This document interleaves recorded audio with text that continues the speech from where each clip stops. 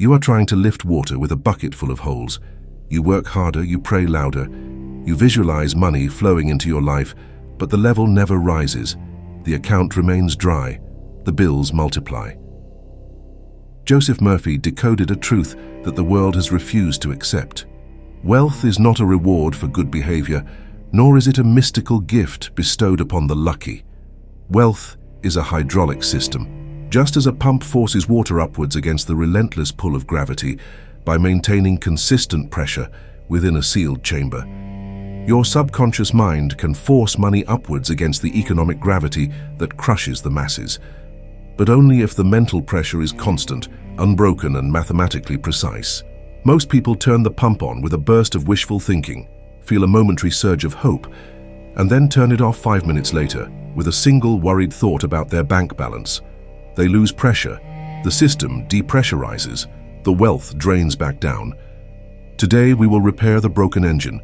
We will install the mental valve that stops the backflow of fear and doubt, and we will generate the hydraulic force required to lift abundance until it overflows into every corner of your existence. The pain you feel is not the absence of money. It is the financial roller coaster that never stops. You make money, then you lose it. You gain momentum, then you hit an invisible wall. You work twice as hard as others, yet you remain at the same altitude while watching people who seem to do less ascend effortlessly. You have been taught to blame the economy, your employer, your education, or your starting position in life. This is the illusion. You are blaming the water for refusing to flow uphill. Water, by its nature, cannot flow uphill without a mechanism to force it. Gravity is the law of the physical plane, and money obeys a similar law. It flows downward into the hands of those who hold the frequency of expectation, and it drains away from those who operate in the frequency of lack. Joseph Murphy did not offer you comfort or philosophy. He offered you a promise backed by the mechanics of the subconscious. If you maintain the hydraulic pressure of belief, not hope, not wishing, but the steady mechanical certainty that abundance is already rising within the pipes of your consciousness, the law of opulence must lift your finances. It is not a matter of deserving. It is not a matter of worthiness. It is a matter of pressure differential. When the internal pressure exceeds the external resistance, the fluid must move. It is impossible to fail if the mechanism is properly sealed and the operator does not sabotage the system by releasing the valve of fear every time a bill arrives. In this video, we will execute what Murphy called the pressure protocol, the exact method by which you build sufficient mental atmospheres to compel money to move against all visible odds.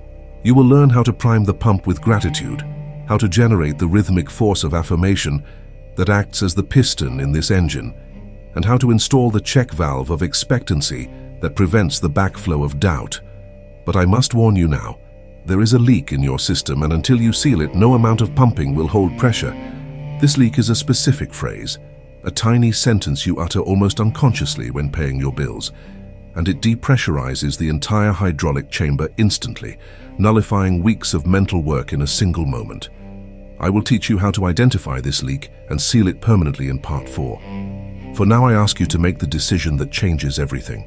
If you are ready to become the operator of your own wealth engine, comment below with the words, "I am the pump."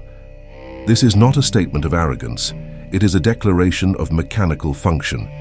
You are acknowledging that you are the force, the lever, the conscious agent that controls the pressure within the system. The reservoir of infinite supply is already full. The pipes have been laid by the universe itself.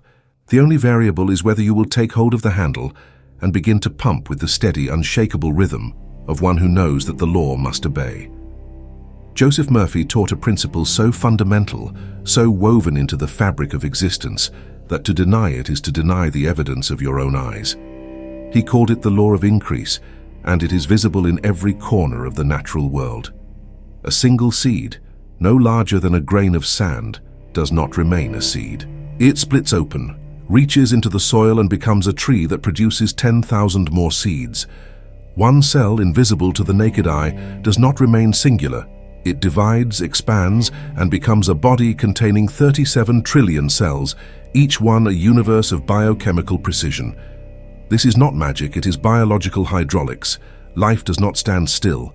It does not maintain equilibrium. It expands, multiplies, and increases, or it dies. There is no third option. The universe is not neutral. It is biased toward growth. This is the first law of the infinite. More is the natural direction of all energy. Money, as a symbol and carrier of energy, obeys the same law. Money wants to multiply. It seeks expansion. $1 in the consciousness of increase becomes $10, then 100, then 1,000, not because you worked harder, but because you aligned with the hydraulic current that was already flowing. Poverty, then, is not a lack of money in the external world. It is a blockage in the pipe. It is a constriction, a mental clot that prevents the natural pressure of life from expanding through your financial channels. When you hold the thought, "I don't have enough," you're not describing reality. You are collapsing the pipe. You are creating a narrowing, a restriction in the flow, and the pressure that should be lifting your wealth upward is being choked off at the source. This is why people who work 80 hours a week can remain poor, while others who appear to work less receive avalanches of abundance. The difference is not effort, it is the diameter of the mental pipe. Murphy understood that the subconscious mind is the pump, and your conscious thought is the lever that controls the pressure. When you align your thought with the law of increase, when you think, feel, and expect expansion, you are opening the valve. You are allowing the natural hydraulic force of the universe to pour through the channel of your awareness and manifest as currency, opportunity, and resource. Consider the nature of a seed more carefully. The seed does not question whether it has permission to grow. It does not look at the soil and say, "This ground is too hard, I will wait for better conditions." The seed does what it was designed to do. It increases, it multiplies, it transforms one into many. This is its law, and the law operates regardless of the seed's feelings, beliefs, or worthiness. The seed does not earn the right to grow. It grows because that is the nature of life force moving through form. You are not separate from this law. You are an expression of the same infinite intelligence that designed the seed. The same hydraulic principle that forces water upward through the roots of a tree against the pull of gravity is operating within your subconscious mind right now. The question is not whether the law is real. The question is whether you are obstructing it with the mental debris of fear, doubt, and the hypnotic belief in scarcity. Murphy's revelation was not that you need to create wealth. It was that you need to stop blocking the wealth that is already under pressure, seeking an outlet through your life. This is where most spiritual teachings fail. They tell you to attract money, as if money were a shy animal you must lure with the right bait. Murphy's teaching is more precise. You do not attract money. You allow the pressure of infinite substance to express through the channel of your expectation. Wealth is not outside of you waiting to be drawn in. Wealth is inside of you under immense pressure, waiting for you to remove the obstruction so it can explode outward into form. The blockage is always the same. It is the thought of lack, the feeling of separation from source, the belief that you are an isolated entity cut off from the infinite reservoir. The moment you dissolve this false belief, the pressure is restored. The hydraulic force resumes. The money begins to rise. Not because you did something to deserve it, but because you stopped doing the one thing that was preventing it. You stopped collapsing the pipe with fear. Murphy described the universe as an infinite storehouse. And this is not poetry, it is engineering. A storehouse implies storage under pressure. The resources are there, compressed, waiting for a release mechanism. Your mind is the valve. When you turn the valve of belief, the storehouse opens. When you close the valve with doubt, the flow stops. It is not personal, it is not moral, it is hydraulic.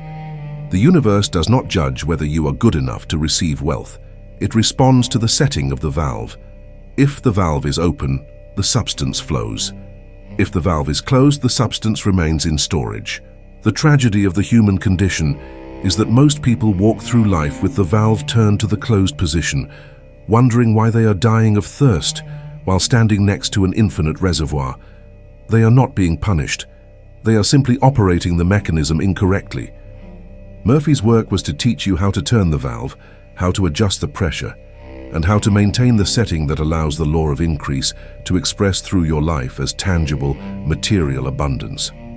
Let us examine the mechanics more closely. In a hydraulic system, You have a reservoir, a pump, a pipe, and a load. The reservoir is the infinite intelligence, the unmanifest potential that contains all possibilities. The pump is your subconscious mind, the mechanism that converts thought into form. The pipe is your habitual thought pattern, the channel through which the pressure flows. The load is your external reality, your bank account, your opportunities, your material conditions. When you apply force to the pump by holding a thought of wealth with feeling and repetition, you generate pressure. This pressure moves through the pipe of your habitual thinking and pushes against the load of your circumstances. If the pressure is greater than the resistance, the load moves. Your reality changes. The money rises. The opportunity appears. The solution materializes. This is not a metaphor. It is the literal operation of consciousness acting as a hydraulic medium. The reason most people fail is not that the system doesn't work. It is that they do not maintain pressure long enough for the load to move. They pump once, twice, 3 times, and then they stop to check if anything has changed. This is the fatal error. Imagine trying to lift a car with a hydraulic jack, but after every pump of the lever, you release the pressure to see if the car has moved. The car will never rise. The system requires you to build pressure continuously until the load reaches the desired height, and then you lock the valve to hold the position. In the mental realm, the load is often heavier than you realize. Years of conditioning, ancestral patterns of scarcity, and collective beliefs about money have created a massive weight on top of your financial reality. To lift this weight, you cannot pump sporadically. You must pump with steady, relentless rhythm until the pressure overcomes the inertia. Murphy understood this, and he structured his techniques not as one-time rituals, but as daily disciplines designed to build and sustain hydraulic pressure within the subconscious. The man who pumps his mental lever every morning and every night with the affirmation of wealth is not hoping for a miracle. He is engineering one. The law of increase is impartial. It does not care whether you are aware of it or not. It is operating in your life right now. If you are experiencing increase, if your finances are expanding, if opportunities are multiplying, you are in alignment with the law, whether you understand the mechanics or not. If you are experiencing stagnation or decline, you are obstructing the law, and again, it does not matter whether you understand why. The law does not wait for your comprehension to operate. However, conscious understanding gives you control. When you know that your subconscious is a pump, that your habitual thought is the setting of the valve, and that the universe is an infinite reservoir under pressure, you stop being a victim of circumstances, and you become the engineer of your destiny. You recognize that poverty is not a condition imposed upon you by the world. It is a setting you have unconsciously maintained within the hydraulic system of your own mind. Change the setting, and the flow changes. It is inevitable. Murphy often used the phrase mental equivalent. He said that you cannot have one thing in your external world unless you first have the mental equivalent of it in your inner world. This is hydraulic language. The mental equivalent is the pressure setting. If you want $10,000, you must generate the internal pressure that corresponds to $10,000. This does not mean visualizing the number on a check, though that can be part of the process. It means embodying the feeling, the certainty, the unshakable knowing that $10,000 is already yours, already en route, already under pressure in the pipeline of your life. When the internal pressure matches the external desire, the subconscious has no choice but to manifest the form. This is the law of correspondence, and it is as reliable as the law of gravity. The problem is that most people hold a mental equivalent of lack. They look at their empty bank account, feel the sensation of insufficiency, and they believe this feeling is reality. It is not. It is simply the current setting of the valve. Change the feeling, and you change the reality. Think of the mental equivalent as the gauge on the pressure system. If the gauge reads lack, the pump will deliver lack. If the gauge reads abundance, the pump will deliver abundance. The gauge does not lie, but it also does not care about your desires. It simply reports the current pressure setting within the subconscious. Your job is to adjust the gauge by changing the habitual thought and feeling you are broadcasting into the subconscious mind. This is done through the repetition of affirmations. the use of imagination to create the feeling of the wish fulfilled, and the disciplined rejection of any thought that contradicts the new setting. Murphy called this mental discipline, but it is more accurately described as hydraulic engineering. You are not disciplining yourself for moral reasons. You are maintaining pressure for mechanical reasons. If you allow the thought of lack to enter, you are opening a release valve. The pressure drops, the gauge reading changes, the pump delivers a different result. Therefore, the vigilance Murphy demanded was not about being a good person. It was about being a competent engineer who does not sabotage his own system. The law of increase has a corollary that Murphy taught with equal fervor, the law of circulation. He observed that money must flow to grow. A stagnant pool becomes toxic. A flowing river remains pure. When you hoard money out of fear, you stop the circulation. You create a dam in the hydraulic system. The pressure cannot build because the outlet is blocked. Conversely, when you give freely, when you spend with joy, when you bless the money as it leaves your hands, you are keeping the system in motion. You are ensuring that the hydraulic cycle continues. Money flows out, and by the law of circulation, it must flow back in, multiplied. This is not charity, it is physics. The universe is a closed loop. What you send out creates a vacuum that must be filled. If you send out the energy of abundance, the vacuum pulls in more abundance. If you send out the energy of fear and hoarding, the vacuum pulls in more situations that justify fear and hoarding. Murphy's students who applied this principle discovered something astonishing. The more freely they gave, the faster the money returned. They were not being rewarded for generosity. They were simply operating the hydraulic law correctly. Now we arrive at the critical understanding that separates Murphy's teaching from superficial abundance philosophy. The law of increase does not mean you sit passively and wait for money to appear. It means you become the active agent of expansion. You are not a recipient, you are a conduit. The pressure of infinite supply is trying to move through you, but it can only move if you provide the channel. Your thoughts, your words, your actions, these are the shapes of the channel. If you think small, the channel is narrow. If you think large, the channel widens. If you expect little, the pressure has no room to build. If you expect much, the pressure increases to match your expectation. This is why Murphy insisted on bold affirmations, on declarations of wealth that seemed absurd to the rational mind. He was not teaching you to lie to yourself. He was teaching you to widen the pipe. The subconscious does not know the difference between a small expectation and a large one. It only knows the intensity of the feeling you attach to the expectation. High intensity equals high pressure. Low intensity equals low pressure. The size of your financial result is directly proportional to the intensity and consistency of the mental pressure you generate. Let us integrate this foundation with the central image, the hydraulic pump. The pump does not create water. It moves water from a lower position to a higher position by generating pressure. Your mind does not create money. It moves the substance of infinite supply from the unmanifest realm to the manifest realm by generating the pressure of belief. The unmanifest realm is the reservoir, always full, always available, never depleted. The manifest realm is the elevated position, your bank account, your hands, your life. The pressure is belief, feeling, expectation, and the certainty that the law is already operating. When you understand this, you stop asking, where will the money come from? That is the wrong question. The money is already in the reservoir. The correct question is, am I generating sufficient pressure to lift it?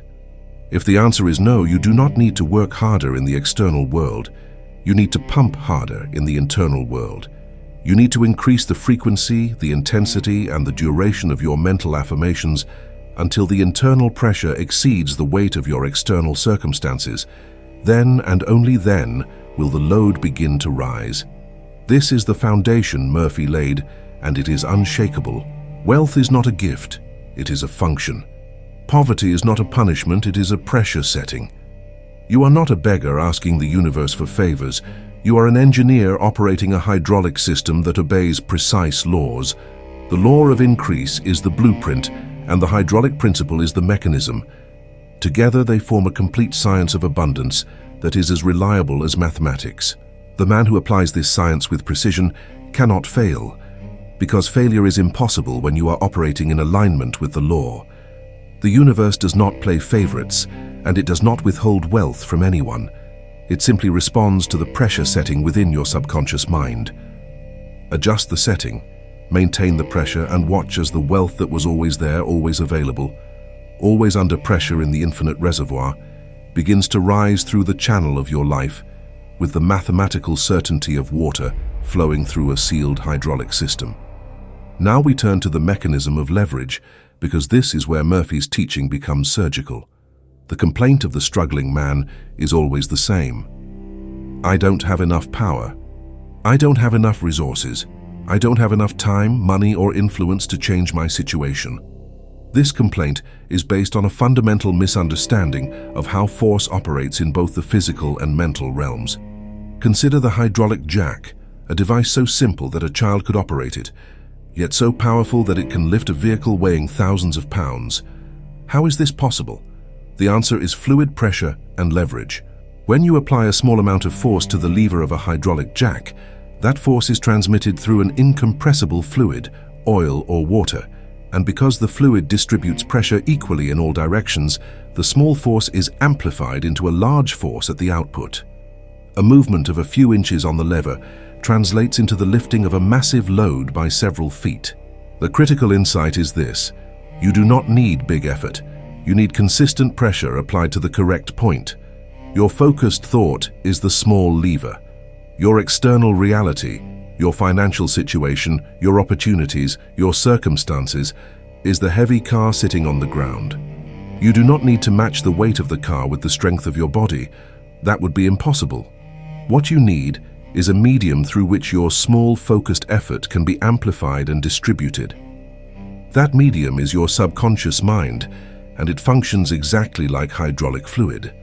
When you apply the pressure of a single, focused thought, I am wealthy, money flows to me effortlessly, I am one with infinite abundance, that thought does not remain isolated. It sinks into the subconscious, which is connected to the universal subconscious, the field of infinite intelligence that permeates all things. The pressure of that thought is transmitted through this field, and it begins to rearrange circumstances, attract opportunities, and shift conditions in ways that your conscious mind cannot perceive or predict.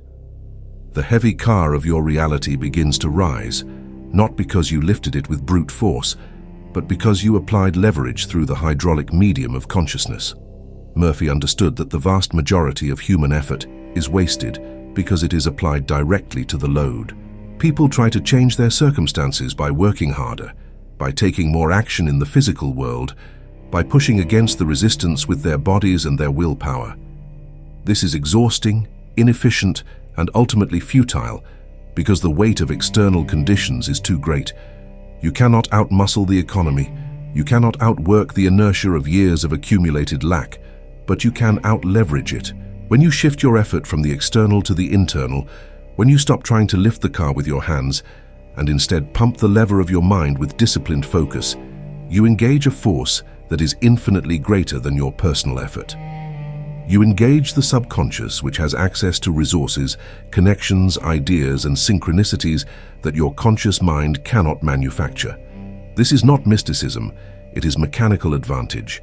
The hydraulic jack does not violate the laws of physics, it uses them with precision. Your mind, when used correctly, does not violate the laws of manifestation, it uses them with precision. Let us examine the mathematics of leverage. In a hydraulic system, the force output is equal to the force input multiplied by the ratio of the areas of the pistons. A small piston connected to a large piston allows a small force on the small piston to generate a large force on the large piston. The key is the ratio. In the mental realm, the ratio is the relationship between the intensity of your focus and the magnitude of your result. A small amount of focus, if it is pure, consistent, and undiluted by doubt, can generate a disproportionately large result. This is why Murphy's techniques are not time-consuming. He did not ask you to meditate for hours or perform elaborate rituals. He asked for 5 minutes of focused, feeling-saturated thought in the morning and 5 minutes at night, 10 minutes a day. This small input, when applied with hydraulic precision, is sufficient to lift the massive weight of a life in poverty and elevate it to a life of abundance. The error most people make is that they apply effort inconsistently. They pump the lever once and then walk away. The pressure never builds, the load never moves. Consistency is the seal on the hydraulic system. If there is a leak, if you pump in the morning but then spend the afternoon worrying about money, complaining about bills, or entertaining thoughts of lack, you have opened a release valve. The pressure escapes. The effort is nullified. This is why Murphy was so insistent on mental discipline. He was not being moralistic, he was being practical. A hydraulic system cannot function if it is not sealed. Every time you entertain a thought of lack, you are opening a leak. Every time you speak words of poverty, you are releasing pressure. Every time you feel anxiety about your finances, you are draining the tank. The solution is not to pump harder, it is to seal the leaks. You must become vigilant about the thoughts you allow to circulate in your mind. You must treat your mental atmosphere as a pressurized chamber that must be protected from contamination. One fearful thought can undo an entire day of affirmations, just as one small hole in a hydraulic line can prevent the entire system from functioning. Murphy taught that the subconscious mind accepts whatever you impress upon it with feeling and repetition. It does not argue, it does not question, it does not evaluate whether your thought is true or false, beneficial or harmful. It simply accepts the impression and begins to manufacture circumstances that match the impression.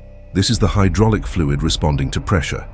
When you impress the subconscious with the feeling of wealth, it begins to press outward into your external reality, creating opportunities, attracting resources, and opening doors that were previously invisible. When you impress the subconscious with the feeling of lack, it presses outward in the opposite direction, creating obstacles, attracting loss, and closing doors. The subconscious is not moral, it is mechanical. It does not care whether you succeed or fail, it simply reflects the pressure setting you have given it. Therefore, your only job is to control the pressure setting by controlling your habitual thought and feeling. This is the lever. This is the point of maximum leverage. Change the setting and the entire system responds. Consider the implications of this principle. It means that your external circumstances are not the cause of your financial situation, they are the effect. You have been trained to believe that you are poor because the economy is bad, because your job doesn't pay enough, because you lack education or connections. These are all effects. The cause is the pressure setting within your subconscious mind. If you change the cause, the effects must change, because effects have no independent existence. They are purely the outpicturing of the internal state. This is why Murphy could promise results regardless of external conditions. He was not promising that the economy would improve or that your boss would give you a raise. He was teaching you to bypass external conditions entirely by operating at the causal level. When you generate the internal pressure of wealth, the external manifestations must follow, because the universe is a hydraulic system in which pressure applied internally is transmitted to all points externally. It is impossible for the internal and external to remain misaligned if you maintain the pressure. The law does not permit it. The hydraulic jack also teaches us about the necessity of patience and the danger of premature evaluation. When you first begin to pump the lever, nothing appears to happen. The car does not move, the load remains on the ground. An impatient operator might conclude that the jack is broken or that the task is impossible. But the experienced operator knows that the first several pumps are building internal pressure within the system. The fluid is being compressed, the force is accumulating, and though nothing is visible externally, the system is preparing to move the load. Then, after sufficient pressure has been built, the car begins to rise, slowly at first, then steadily. The same principle applies to your mental work. When you first begin to affirm wealth, nothing appears to change. Your bank account is the same. Your bills are the same. Your circumstances are the same. The temptation is to conclude that the technique is not working. This is the fatal error. You are building pressure. The subconscious is being impressed. The universal intelligence is rearranging circumstances behind the scenes. You cannot see the work being done, but the work is being done. If you stop pumping because you do not see immediate results, you will never build sufficient pressure to move the load. But if you continue pumping with faith, not blind faith, but mechanical faith in the law, You will reach the tipping point where the internal pressure exceeds the external resistance, and your reality will begin to rise with the same inevitability as the car rising on the jack. Murphy often spoke of the silence, the period of time between the planting of a seed and the appearance of the harvest. In hydraulic terms, this is the compression phase. The pressure is building, but the movement has not yet become visible. This is where most people abandon the process. They plant the seed of a wealth affirmation, and when they do not see $1 million appear in their bank account the next day, they conclude that the law does not work. They do not understand that there is a gestation period, a time during which the subconscious is working beneath the surface to reorganize energy, attract resources, and prepare the pathway for manifestation. Your job during this phase is not to dig up the seed to check if it is growing. Your job is to continue watering it with faith, protecting it from the weeds of doubt, and trusting the law of germination. In hydraulic terms, your job is to keep pumping, to maintain pressure, and to refuse to open the release valve, no matter how slowly the car appears to be rising. The law is working. The pressure is building. The result is inevitable if you do not sabotage the process. Let us address the skeptic's objection, but I have tried affirmations before, and they didn't work. The answer is always the same. You did not maintain pressure. You pumped the lever a few times, saw no immediate result and stopped. Or you pumped the lever in the morning, and then spent the rest of the day opening the release valve with thoughts of worry, fear, and lack. A hydraulic system cannot function under those conditions. It is not that the law failed. It is that the law was never properly engaged. Murphy's technique requires two things: intensity and consistency. Intensity means that your affirmations must be saturated with feeling. You cannot simply repeat words mechanically and expect results.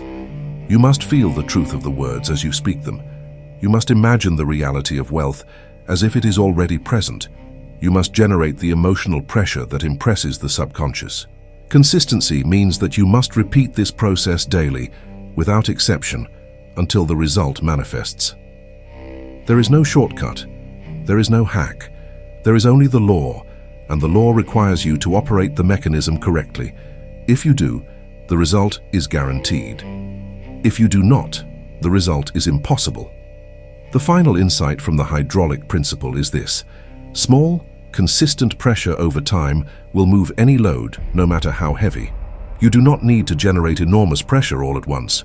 You do not need to have a peak experience or a spiritual awakening to change your financial situation. You simply need to apply steady, daily pressure to the lever of your mind. 5 minutes in the morning, 5 minutes at night, every day, without fail. Over time, the cumulative effect of this pressure will lift your reality to heights you cannot currently imagine. This is the power of compound leverage. Just as compound interest turns small deposits into large fortunes over time, compound mental pressure turns small affirmations into massive life changes over time. The man who commits to this process for 30 days will see shifts. The man who commits for 90 days will see transformation. The man who commits for a year will be unrecognizable. But the commitment must be absolute. The pressure must be maintained.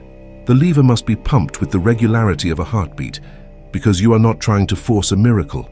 You are operating a law, and the law rewards those who understand its mechanics. This is the unshakable logic Murphy offered. You are not powerless. You are not at the mercy of external conditions. You are the operator of a hydraulic system that can lift any burden, move any obstacle, and elevate any circumstance. The lever is in your hand. The reservoir is full. The only question is whether you will pump with the steady, relentless rhythm of one who knows that the law must respond, or whether you will remain on the ground, staring at the heavy car of your circumstances, paralyzed by the illusion that you lack the strength to change your life. The truth is that you do not need strength, you need leverage. And Murphy has given you the blueprint for how to engage that leverage with the precision of an engineer who understands that small forces, properly applied, can move worlds. Therefore, when you leave this video and return to your daily life, you will no longer approach your financial situation with the mentality of brute force.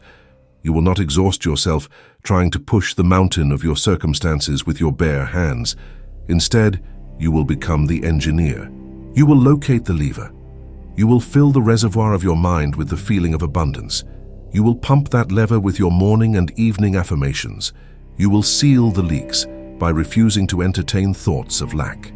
And you will watch, with the calm certainty of one who understands the law, as the heavy load of poverty begins to rise, slowly at first, and then with increasing speed, until it is lifted entirely off the ground and replaced with the elevated reality of wealth that was always your birthright and your mechanical destiny.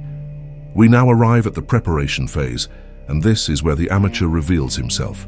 The amateur approaches mental work with the same chaotic energy he brings to everything else, bursts of intensity, followed by long stretches of neglect.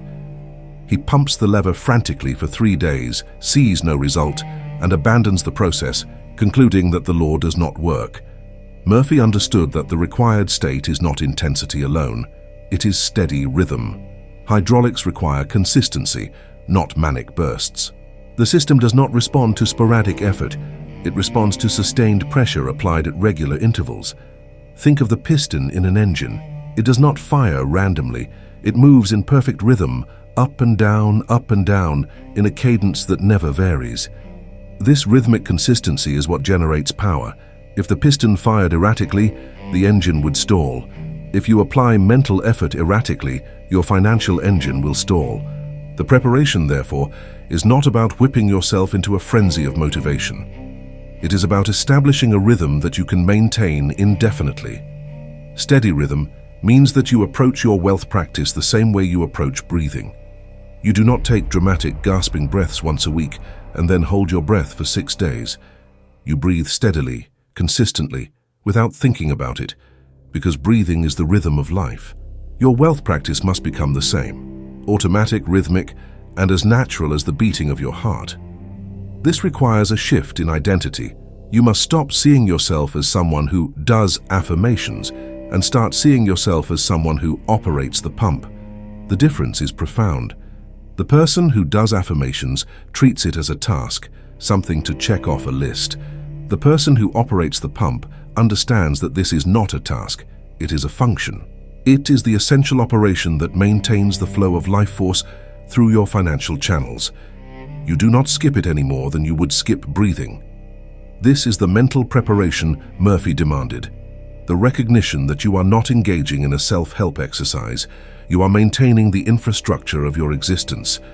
The state of mind you must cultivate is calm certainty, not excitement, not desperation. Calm certainty. Excitement is too volatile. It burns out quickly. Desperation is a form of doubt disguised as intensity.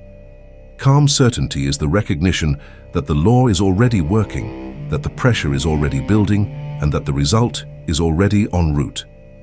You are not trying to make something happen. You are allowing something that is already in motion to complete its trajectory. This state of mind is achieved by repetition. The first time you affirm, "I am wealthy," your conscious mind will rebel. It will present you with evidence to the contrary. It will remind you of your debts, your empty account, your lack of opportunities. This is normal. The conscious mind is trained to observe effects, not causes. Your job is to ignore the conscious mind's protest and continue pumping. By the 10th repetition, the protest weakens. By the 50th, it becomes a whisper. By the 100th, it disappears entirely, and the affirmation sinks into the subconscious without resistance. This is when the pressure begins to build in earnest. Murphy often compared the subconscious to a garden. You do not plant a seed and then dig it up every day to check if it's growing. You plant the seed, water it, and leave it alone. The same principle applies here. Once you have impressed the subconscious with the image and feeling of wealth, you must resist the temptation to constantly check your bank account, your mail, or your opportunities to see if anything has changed. This checking is the equivalent of digging up the seed. It is a release of pressure. It signals to the subconscious that you do not trust the process, and doubt is the poison that kills the seed before it can germinate. The preparation phase is about training yourself to plant the seed and then walk away with confidence, knowing that the law of germination is already at work beneath the surface. This is not passivity, it is strategic patience. You are not doing nothing. You are doing the one thing that matters, which is maintaining the internal pressure while the external conditions rearrange themselves to match. The metaphor of steady rhythm also applies to your emotional state. The subconscious does not respond well to emotional volatility. If you affirm wealth in the morning with great enthusiasm and then collapse into despair in the evening when a bill arrives, you are sending contradictory signals to the subconscious. It does not know which signal to obey, and so it defaults to the signal with the strongest emotional charge, which is usually the negative one because fear is a more intense emotion than hope. Therefore, your preparation must include emotional regulation. You must train yourself to remain steady regardless of external fluctuations. When something good happens, you do not become elated. When something challenging happens, you do not become despondent. You remain at the same internal frequency, the frequency of calm certainty, because you know that external conditions are lagging indicators. They are showing you the result of yesterday's mental work. Today's mental work is creating tomorrow's conditions. If you allow today's conditions to dictate today's emotions, you are trapped in a feedback loop of powerlessness. Break the loop by anchoring yourself to the rhythm of the law, not the chaos of appearances. This is the essence of mental preparation, the establishment of an internal metronome that ticks at the frequency of abundance regardless of what is happening externally. The metronome does not speed up when things are going well and slow down when things are going poorly. It ticks at a constant rate, and you align your thoughts, your feelings, and your affirmations to that constant rate. Over time, the external world has no choice but to synchronize with your internal rhythm, because the external is always a reflection of the internal. This is the law of correspondence in action. As within, so without. As above, so below. The preparation is the tuning of the instrument. You are not trying to force the universe to play your song. You are becoming the instrument that naturally produces the frequency of wealth, and the universe, being a perfect resonator, amplifies that frequency and returns it to you as material abundance. Murphy also emphasized the importance of solitude during the preparation phase. You cannot tune the instrument in a noisy room. You must find a quiet space physically and mentally where you can hear the rhythm of the subconscious without interference from the chaos of the external world. This does not mean you need to meditate for hours in a monastery. It means that for 5 minutes in the morning and 5 minutes at night, you withdraw from the world. You turn off the phone. You close the door. You create a sealed environment where you can generate pressure without leakage. During this time, you are not accessible to anyone or anything. This is your sacred time, your engineering time, the time when you operate the pump. The world will demand your attention. It will create urgencies and crises designed to pull you away from this practice. You must become ruthless in protecting this time, because this is the time when your financial future is being forged. The preparation also includes a mental clearing. Before you begin the affirmation process, you must clear the residue of the day's worries and frustrations. If you enter the practice with your mind cluttered by resentment, fear, or anxiety, those emotions will contaminate the affirmation. It is like trying to fill a glass with clean water while the glass is still half full of mud. The water will be discolored. Therefore, begin with a simple breathing exercise. Close your eyes, take 3 deep breaths, and with each exhale, release the mental clutter. You are not trying to solve your problems during this time. You are not trying to figure out how the money will come. You are simply clearing the channel so that the subconscious can receive the impression of wealth without interference. This clearing takes 30 seconds, but it is essential. It is the difference between pumping air into a sealed chamber and pumping air into a chamber with 1,000 tiny holes. The sealed chamber builds pressure. The perforated chamber does nothing. Another aspect of preparation is the selection of your affirmation. Murphy provided many, but the most powerful is the one that resonates with you personally. The affirmation must feel true even if it is not yet manifest. It must create a feeling of relief, of expansion, of rightness. If the affirmation feels like a lie, it will not work, because your emotional state is the pressure gauge. Choose an affirmation that you can speak with conviction. For some, it is, "I am wealthy beyond measure."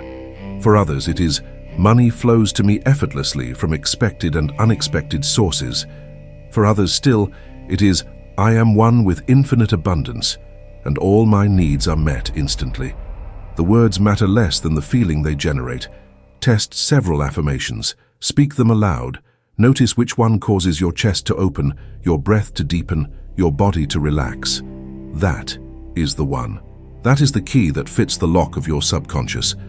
Once you have found it, commit to it. Do not change it every day. The subconscious needs repetition to build pressure. Changing affirmations is like changing the direction of the pump. You never build momentum in any one direction. The preparation phase also involves a decision, and this decision is the most important one you will make. You must decide that you are no longer available for poverty. This is not a wish or a hope. It is a decree. You are drawing a line in the sand of your consciousness and declaring that everything on one side of the line, lack, struggle, scarcity, is no longer part of your identity. You are stepping across the line into a new identity. The identity of one who operates the hydraulic system of wealth with precision and confidence. This decision is not emotional, it is mechanical. You are not trying to convince yourself that you are worthy of wealth. You are simply recognizing that wealth is a function of the correct operation of the law, and you are now a person who operates the law correctly. This decision is the foundation upon which everything else is built. Without it, the affirmations are hollow. With it, the affirmations become commands that the subconscious must obey. Murphy taught that the subconscious is impersonal. It does not care about your history, your failures, or your unworthiness. It only cares about the current instruction you are giving it. This is liberating. It means that no matter how long you have been poor, no matter how many mistakes you have made, no matter how dire your current situation, you can change the trajectory in an instant by changing the instruction. The past is irrelevant to the subconscious. It lives in the eternal now, and it responds to the now. Therefore, the preparation is about anchoring yourself in the now. Not the now of your current bank balance, but the now of the law. In the now of the law, you are already wealthy because the law does not recognize time. It only recognizes pressure. If the pressure is present, the result is inevitable. Time is simply the delay between the application of pressure and the appearance of the result. Your preparation is the elimination of that delay by maintaining such consistent pressure that the gap between cause and effect collapses. Let us also address the preparation of the physical environment. While the work is internal, the external environment can either support or sabotage the process. If your space is cluttered, chaotic, and filled with reminders of lack, it becomes harder to generate the feeling of abundance. Therefore, as part of your preparation, clean your space. Organize your environment. Create a small altar or a designated area where you perform your wealth practice. This does not need to be elaborate. A clean desk, a candle, and a notebook are sufficient. The purpose is to create a physical anchor for the mental work. When you sit in that space, your subconscious knows this is where the pump is operated, this is where the pressure is generated. Over time, the space itself becomes charged with the energy of your practice, and simply sitting in it will trigger the state of calm certainty that is required for the law to operate. The preparation also includes the practice of gratitude, but not in the way most people understand it. Gratitude is not an afterthought. It is the priming of the pump. You cannot pump a dry well. Before you can generate new wealth, you must acknowledge the wealth that is already present, no matter how small. Murphy insisted on this because the subconscious interprets gratitude as a signal of abundance.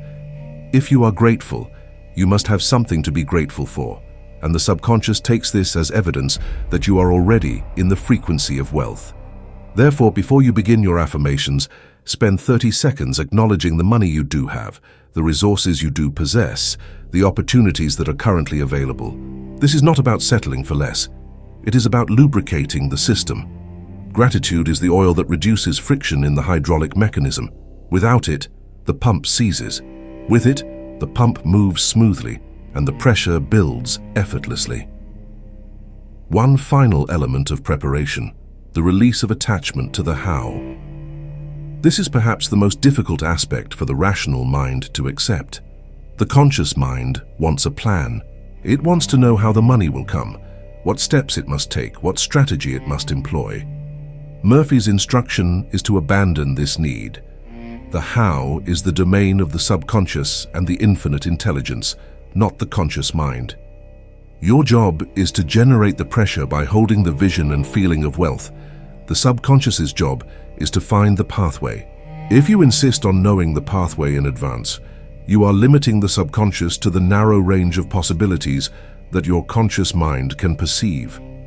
But the subconscious has access to infinite possibilities, pathways you cannot imagine, solutions you cannot predict.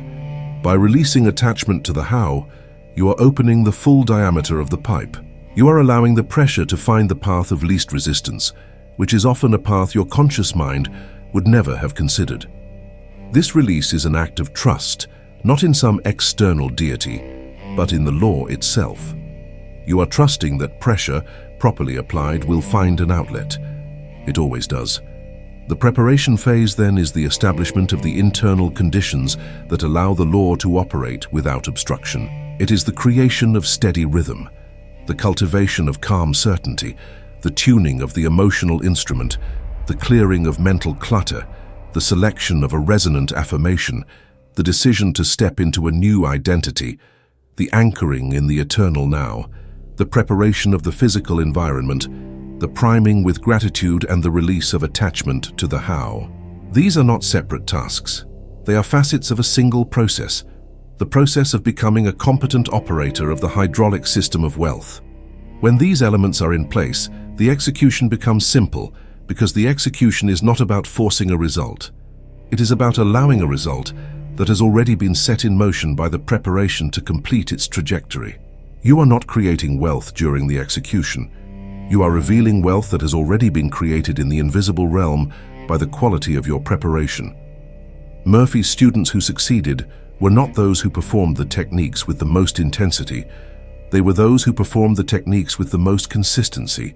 They were the ones who understood that the preparation was not a one-time event, but a daily discipline, a rhythm that became as natural as breathing. They did not wait until they felt motivated to pump the lever. They pumped the lever regardless of how they felt, because they understood that motivation is an effect, not a cause. The cause is the decision. The cause is the commitment. The cause is the recognition that you are no longer a passive observer of your financial circumstances. You are the active engineer who maintains the pressure, seals the leaks, and operates the system with the calm confidence of one who knows that the law is as reliable as gravity. This is the preparation. This is the foundation upon which the entire structure of wealth is built. Therefore, before you proceed to the execution, ask yourself, have I established the rhythm? Have I cleared the channel? Have I chosen my affirmation? Have I made the decision? Have I anchored myself in the now? Have I prepared my space? Have I primed the pump with gratitude? Have I released attachment to the how? If the answer to any of these questions is no, you are not ready for execution. Return to the preparation. Build the foundation, because a building constructed on a weak foundation will collapse under its own weight, and a financial practice built on inconsistent preparation will collapse under the first wave of doubt. But a practice built on the solid foundation of steady rhythm, calm certainty, and mechanical understanding of the law will stand firm against any storm, and it will produce results with the mathematical inevitability of water rising in a sealed hydraulic chamber when pressure is applied. This is Murphy's promise, this is the law, and this is your preparation. The execution is deceptively simple, and this simplicity is where the amateur stumbles. The amateur expects complexity. He expects an elaborate ritual, a secret technique, a hidden key that only the initiated possess. But Murphy's genius was in stripping the process down to its mechanical essence. The execution is the pressure protocol, and it consists of 3 steps that must be performed in sequence with precision, and with the understanding that each step serves a specific hydraulic function. The first step is the priming, the second is the pumping, and the third is the valve. These are not metaphors. They are literal descriptions of what you are doing to the machinery of your subconscious mind. We will now disassemble each step and examine its function with surgical clarity. Step 1. The priming. You cannot pump a dry well. This is a fundamental truth of hydraulics that most people violate in their spiritual practice. They approach the technique with a mindset of emptiness, focusing on what they do not have, and they wonder why the pump produces nothing. The system requires priming, which means you must introduce a small amount of fluid into the chamber before the pump can generate suction and begin drawing from the reservoir. In mental terms, this fluid is gratitude. You must begin by blessing the money you already have, no matter how small the amount. If you have $1, bless it. If you have $10, bless it. If you have $1,000, bless it. The amount is irrelevant. The act of blessing is what primes the pump. When you bless what you have, you are signaling to the subconscious that you are already in the frequency of abundance. You are acknowledging the presence of wealth, and the subconscious interprets this acknowledgement as proof that the channel is open. The blessing is not a casual thought. It is a deliberate act performed with feeling. Hold the money in your hand, or if it is in a bank account, visualize the number on the screen. Speak aloud or silently with conviction. I bless this money. It is a symbol of God's opulence. It is evidence that the infinite reservoir is already flowing into my life. I am grateful for this money, and I recognize it as the seed of greater abundance. As you speak these words, feel the truth of them. Feel the warmth of gratitude in your chest. Feel the expansion of recognition that you are not starting from zero, you are starting from already having. This is the priming. This is the introduction of the initial fluid that allows the pump to engage. Without this step, the affirmations that follow will be hollow, because you are trying to generate pressure in a system that has not been lubricated. The priming takes 30 seconds, but it is essential. It is the difference between a pump that seizes and a pump that flows. Step 2. The pumping. Now you begin the core work, the generation of pressure through the repetition of affirmation. Murphy provided a specific phrase, and it is important to use his words exactly as he gave them, because these words have been tested and refined over decades of practice. The phrase is, I am one with the infinite storehouse of riches. All my needs are met instantly. God's wealth flows to me in avalanches of abundance. This is not poetry, it is a command. Each word has been chosen for its hydraulic effect on the subconscious. I am one with establishes unity with the source, dissolving the illusion of separation. Infinite storehouse of riches impresses the subconscious with the image of limitless supply. All my needs are met instantly collapses the gap between desire and fulfillment. God's wealth flows to me, establishes you as the recipient of a current that is already in motion. Avalanches of abundance creates the image of overwhelming, unstoppable supply. You will repeat this phrase for 5 minutes, not 3 minutes, not 10 minutes, 5 minutes exactly. This duration is critical because it is long enough to bypass the resistance of the conscious mind, but short enough to avoid mental fatigue. Set a timer if necessary. Speak the phrase aloud if you are alone, or silently if you are in a public space. The key is rhythm. Do not rush. Do not drag. Speak at a natural pace, as if you are having a conversation with the subconscious. Each repetition should be accompanied by feeling. You are not parroting words. You are impressing a truth into the receptive medium of the subconscious. As you repeat the phrase, visualize the outcome. See money flowing into your hands. See your bank account balance rising. See opportunities appearing. See yourself living in the state of wealth. The visualization is the emotional fuel that powers the affirmation. Words without feeling are like air without pressure. They create no movement. Murphy emphasized that the feeling is more important than the words. If you can only remember one part of the affirmation, focus on the feeling of wealth rather than the exact phrasing. The subconscious responds to frequency, and frequency is determined by emotion. When you feel wealthy, when you embody the sensation of having more than enough, of being secure, of being abundant, the subconscious takes that feeling as an instruction and begins to reorganize your external reality to match it. This is why you cannot approach the technique mechanically, repeating words like a robot. You must infuse the words with the living energy of conviction. You must speak as if you are not affirming a future state, but declaring a present reality. I am one with the infinite storehouse is not a statement about what you hope to become. It is a statement about what you already are.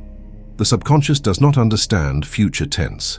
It only understands now. Therefore, the affirmation must be delivered in present tense, with the emotional intensity of absolute certainty. As you continue the repetition, you will notice a shift. The first few repetitions will feel awkward, even false. The conscious mind will protest, presenting you with evidence of your lack. Ignore it. Continue pumping. By the 10th repetition, the protest weakens. By the 20th, a sense of calm begins to emerge. By the 30th, the words start to feel true. By the 50th, you are no longer speaking to the subconscious. The subconscious is speaking through you. This is the tipping point. This is when the pressure has built to a level where it begins to move the load. You will feel it as a sense of lightness, of relief, of knowing. This is not euphoria, it is certainty. It is the recognition that the law is now engaged, that the pump is working, and that the result is on its way. When you feel this shift, you are ready for the third step. Step 3, the valve. The check valve is the mechanism that prevents backflow in a hydraulic system. Once pressure has been built and the load has been lifted, the valve locks into place, holding the position and preventing the fluid from draining back into the reservoir. In mental terms, the valve is expectancy. After you have completed the 5 minutes of affirmation, you must lock in the work by sealing it with the command, "It is done." This is not a hopeful statement, it is a decree. You are instructing the subconscious that the work is complete, that the impression has been made, and that the manifestation is now inevitable. The phrase, "It is done," closes the circuit. It tells the subconscious to stop receiving and start delivering. Without this step, the affirmation remains in a state of perpetual becoming, never actualizing. The valve converts potential into certainty. As you speak, "It is done," feel the finality of it. Imagine a heavy door closing and locking. Imagine a gauge needle moving into the green zone and staying there. Imagine a switch being flipped from off to on and remaining in the on position. The valve is your refusal to doubt. It is your commitment to trust the process without constantly checking for results. Once you have spoken, "It is done," you must behave as if it is done. This means that throughout the day, you do not anxiously scan your environment for evidence of change. You do not obsessively check your bank account. You do not pester the universe with questions about when and how the money will arrive. This behavior is the equivalent of opening the valve and releasing the pressure. It signals to the subconscious that you do not actually believe the work was effective, and doubt is the solvent that dissolves the impression you just made. The valve requires discipline. It requires you to walk away from the pump with confidence, knowing that the law is now in motion, and that your job is simply to allow it to complete its work. Murphy often used the analogy of mailing a letter.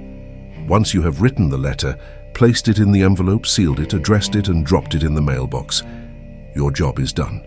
You do not stand at the mailbox wondering if the letter will be delivered. You do not open the mailbox 10 times a day to check if the letter is still there. You trust the postal system to do its job, and you go about your day.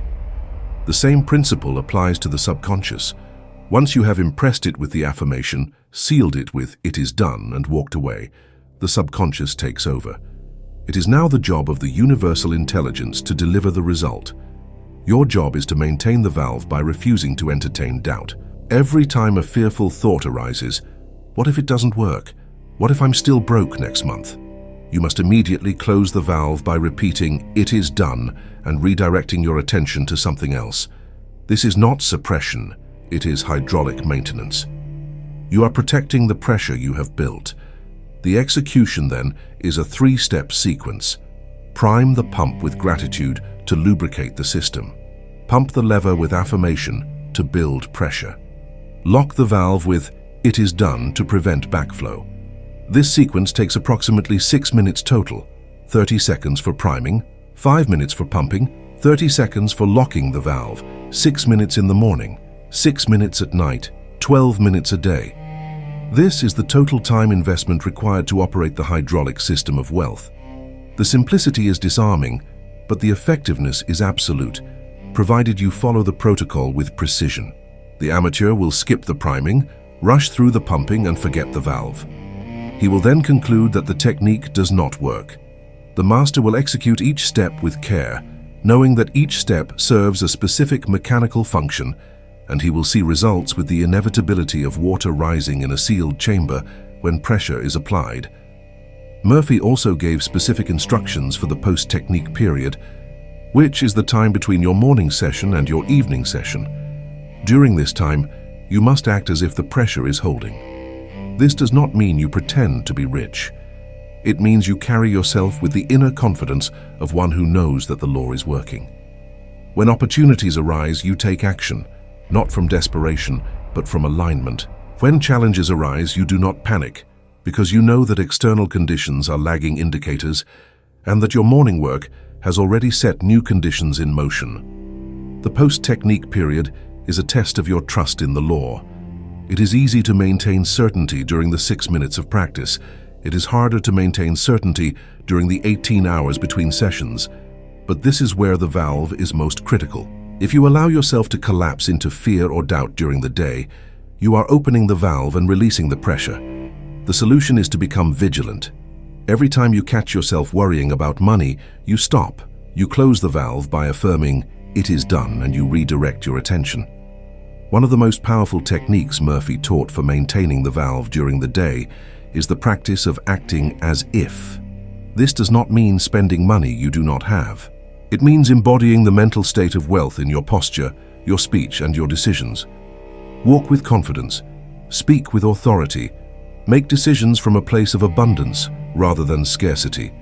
For example, if you are deciding whether to purchase something, ask yourself, would the wealthy version of me buy this? If the answer is yes and the purchase is within your current means, buy it without guilt. If the answer is no, decline without feeling deprived. The key is to make decisions from the internal state of wealth, not from the external appearance of lack. This practice trains the subconscious to accept wealth as your natural state, and over time, the external conditions will shift to match this internal acceptance. Acting as if is not delusion, it is deliberate alignment with the frequency you are trying to establish. Murphy also warned against the trap of sharing your practice with others during the execution phase. The moment you tell someone what you are doing, you open yourself to their doubt. If the person you tell does not understand the law, they will inject skepticism into your mental atmosphere, and skepticism is a leak. It will depressurize the system. Therefore, keep your practice private. Do not announce your affirmations, do not explain the technique, do not seek validation from others. The validation comes from the results, and the results come from maintaining the sealed pressure of belief without contamination from the doubt of others. This is not secrecy for the sake of mystique, it is secrecy for the sake of hydraulic integrity. The system must remain sealed. The pressure must remain isolated from external interference. Once the results manifest and the wealth becomes visible, then you can share the technique if you choose. But during the execution phase, silence is the seal that protects the pressure. Another critical instruction for the execution phase is the management of your attention throughout the day. Your attention is a form of energy, and wherever you place your attention, you are directing the flow of that energy. If you spend your day focused on lack, scrolling through images of things you cannot afford, complaining about your bills, watching news about economic decline, you are directing energy toward the frequency of poverty, and this counteracts the work you did during your morning session. Conversely, if you spend your day focused on abundance, reading success stories, appreciating the wealth that exists in the world, imagining future scenarios of prosperity, you are reinforcing the frequency of wealth, and this amplifies the work you did during your morning session. The execution phase is not limited to the 6 minutes of practice. It extends to the entire day. Every thought, every word, every image you consume is either building pressure or releasing pressure. Become conscious of this and make choices accordingly. Murphy also taught the importance of gratitude as an ongoing practice, not just as a priming step. Throughout the day, whenever you notice anything that represents wealth, a beautiful building, a well-dressed person, a successful business, a generous tip, pause and feel gratitude for it. This may seem strange at first. Why would you be grateful for someone else's wealth? Because in doing so, you are acknowledging that wealth exists, that it is present in your environment, and that it is therefore available to you. The subconscious does not distinguish between your wealth and someone else's wealth. It only registers the frequency of wealth. When you feel gratitude for wealth anywhere, you are tuning your internal frequency to match it, and the law of resonance ensures that you will attract more of that frequency into your own experience. This practice takes no extra time. It is simply a reorientation of your perception throughout the day. Instead of resenting the wealthy, you bless them. Instead of envying success, you celebrate it. This shift in perception is a form of ongoing priming that keeps the pump lubricated and the pressure steady. The execution phase also includes a specific practice for dealing with money as it flows through your life. Every time you receive money, whether it is your paycheck, a refund, a gift, or a found coin, you must bless it before you spend it. Hold the money, literally or figuratively, and say, "I bless this money. It is a symbol of the infinite abundance that flows through me. As I release it, it multiplies and returns to me in greater measure." This blessing transforms the act of spending from a loss into a circulation. You are not losing money. You are sending it out into the world with the instruction to multiply and return. This is the hydraulic principle of circulation. What flows out must flow back in, and it returns multiplied if you bless it as it leaves. This practice alone can transform your relationship with money from one of hoarding and fear to one of flow and trust. You become the channel through which money moves, and channels are never empty. They are always full because the flow is constant. Finally, the execution phase includes the practice of the evening session, which is identical to the morning session, but serves a different function. The morning session sets the tone for the day, the evening session seals the day. In the evening, after you have completed your day's activities, you return to your designated space and you repeat the three-step protocol: prime, pump, valve. The evening session is critical because it impresses the subconscious one final time before you enter sleep, and the sleep state is when the subconscious does its deepest work. During sleep, the conscious mind is offline, and the subconscious has uninterrupted access to the universal intelligence. It uses this time to reorganize circumstances, attract resources, and prepare opportunities. If the last impression you make before sleep is one of wealth, the subconscious will work all night to manifest that impression. If the last impression you make before sleep is one of worry or lack, the subconscious will work all night to manifest that instead. Therefore, the evening session is not optional. It is the final sealing of the day's work, the last pump of the lever before the system is left to operate on its own overnight. This is the execution, a morning ritual of priming, pumping, and locking the valve. A day spent maintaining the pressure by refusing doubt, acting as if managing attention, and blessing the flow, and an evening ritual that seals the work before sleep. The simplicity is profound, the effectiveness is guaranteed, but the guarantee is conditional. You must execute the protocol exactly as described, without deviation, without shortcuts, and without skepticism. The law does not respond to partial effort or half-hearted attempts. It responds to precision, consistency, and the unwavering application of pressure in the correct direction. If you execute with precision, the load will rise. If you execute with inconsistency, the load will remain on the ground. The choice, as always, is yours. Murphy has given you the blueprint.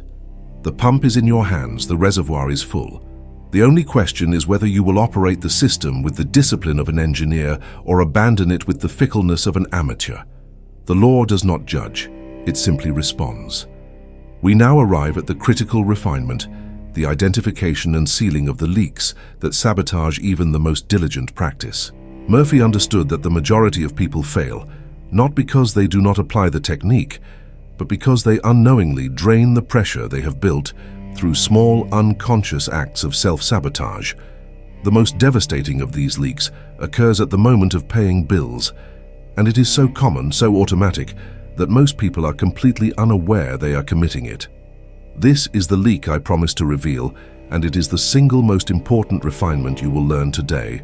The leak is this: the feeling of loss when money leaves your hands. When you pay a bill and you feel a pit in your stomach, a tightening in your chest, a sense of resentment or regret, you are screaming to the subconscious, I am losing something. I have less now than I had before. This feeling is a command, and the subconscious obeys it by creating more situations in which you lose money and have less. Let us examine the mechanics of this leak with precision. The subconscious does not understand the concept of a bill. It does not know that you are paying for electricity or rent or food. It only registers the emotional charge you attach to the transaction. If the emotional charge is negative, if you feel diminished, if you feel resentful, if you feel anxious, the subconscious interprets this as evidence that you are in a state of lack. It takes this evidence and uses it to construct future experiences that match the state of lack. This is why people who pay their bills with resentment tend to accumulate more bills. They are inadvertently telling the subconscious to create more situations that require outflow without inflow. The irony is that the act of paying the bill is proof that you have money, but the feeling you attach to the act overrides the fact. The feeling is the hydraulic pressure setting, and if the feeling is negative, the pressure setting is set to drain rather than fill. The solution is to change the feeling. This is not about denying the reality that money is leaving your account. It is about reframing the meaning of the outflow. Murphy taught a specific practice for this, and it is non-negotiable if you want to seal the leak. As you pay the bill, whether you are writing a check, clicking a button online, or handing cash to someone, you must speak a blessing over the transaction. The blessing is, I release this money with joy, and it returns to me multiplied. As you speak these words, you must feel the truth of them. You must genuinely feel joyful about the release. This may seem absurd at first. How can you feel joyful about paying a bill? The answer is that you are not feeling joyful about the bill itself. You are feeling joyful about the circulation of energy. You are recognizing that money is not a static resource that diminishes when spent. It is a flowing current that increases when circulated. The more you send out, the more you receive, provided you send it out with the correct feeling. Think of the hydraulic system again. In a closed-loop hydraulic system, fluid moves in a circuit. It leaves the pump, does work in the system, and returns to the reservoir to be pumped again. If you were to seal off the outflow, the entire system would seize. The fluid would have nowhere to go, pressure would build to dangerous levels, and the system would rupture. The same principle applies to money. If you hoard it out of fear, refusing to let it circulate, you create stagnation. The energy cannot move, and stagnation is the precursor to decay. Conversely, if you allow it to flow freely, blessing it as it leaves, you keep the circuit open. The energy moves out, does work in the world, and returns to you, multiplied, because the universe rewards circulation. The key is the blessing. The blessing transforms the outflow from a loss into an investment. You are not losing money. You are planting seeds that will return as a harvest. Murphy provided a visualization to accompany this practice. As you release the money, imagine it flowing out of your hands like water from a fountain. See it moving into the world, touching lives, providing value, and then circling back to you in a continuous loop. See the loop expanding, the flow increasing, the volume multiplying. This visualization reinforces the feeling of circulation and prevents the subconscious from interpreting the outflow as a loss. The visualization combined with the blessing creates a new hydraulic setting. Outflow equals inflow. The subconscious takes this setting and begins to manifest it in your experience. You will notice that as you adopt this practice, unexpected money begins to arrive. Refunds appear, gifts are given, opportunities materialize. The money you released with joy is returning, often from directions you did not anticipate, and it returns multiplied because you blessed it as it left.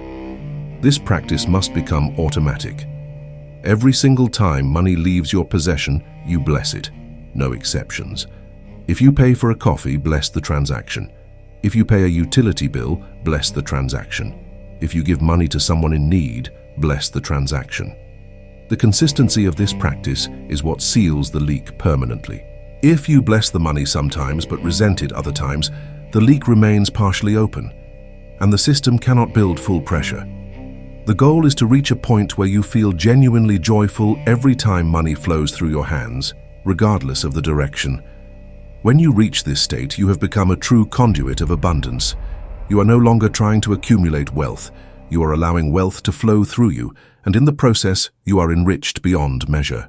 This is the first and most critical refinement, the transformation of the feeling associated with paying bills, from resentment to joy, from loss to circulation, from drain to multiplication. The second fatal mistake is what Murphy called the fixed income trap, and it is equally insidious. The fixed income trap is the belief that your salary is your only source of wealth. When you believe this, you place a cap on the hydraulic system.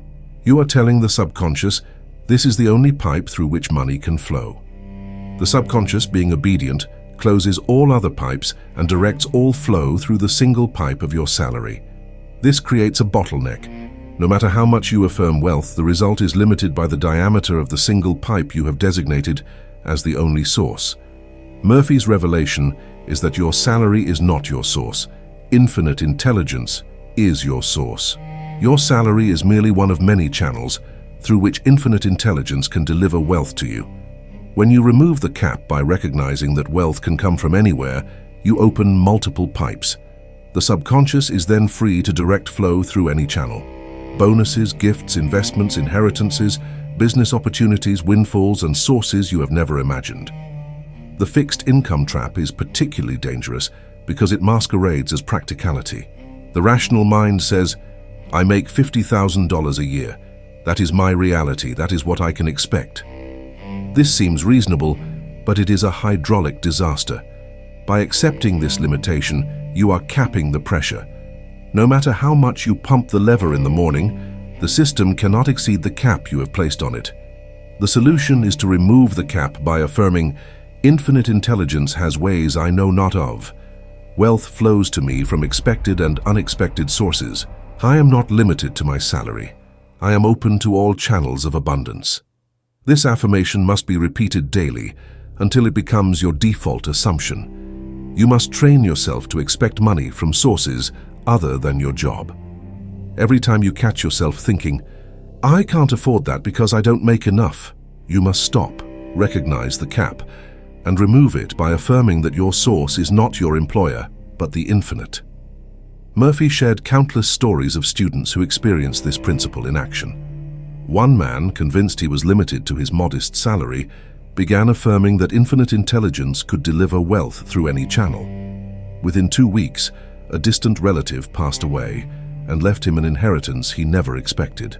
Another woman, trapped in the fixed income mindset, started blessing all sources of income and affirming openness to unexpected channels. A month later, a client offered to pay her triple her usual rate for a project, seemingly out of the blue. These are not coincidences. They are the law in operation. When you remove the cap, the subconscious is freed to explore the full range of possibilities available in the universal storehouse. The wealth was always there, always available, but it could not reach you because you had sealed off all pipes except one. By declaring openness to all channels, you are unsealing the pipes, and the flow increases exponentially. This refinement requires a shift in language. Stop saying, I need a raise or I need a better job. These statements imply that your current job is your only source and that the solution to your financial problem lies within that single channel. Instead say, I am open to wealth from all directions. Infinite intelligence knows the perfect channel through which to deliver abundance to me, and I trust the process. This language removes the cap and signals to the subconscious that you are no longer limiting the flow. The result is often surprising. You may still get a raise, but you will also receive money from sources you did not anticipate. You may discover a forgotten investment, receive a tax refund, win a small prize, or be offered an opportunity that generates income outside your primary job. The key is that you are no longer restricting the universe to a single delivery method. You are allowing it to deliver through whatever channel is most efficient. Another aspect of the fixed income trap is the belief that you must work harder to earn more. This belief is rooted in the industrial age paradigm, where income was directly proportional to hours worked. But Murphy taught a different paradigm. Income is proportional to the value you provide and the consciousness you embody, not to the hours you work. When you align with the consciousness of wealth, opportunities arise that allow you to earn more while working less. This is not laziness, it is leverage. You are using the hydraulic principle of amplification. A small shift in consciousness from "I must work harder" to "I must align with abundance" produces a large shift in income.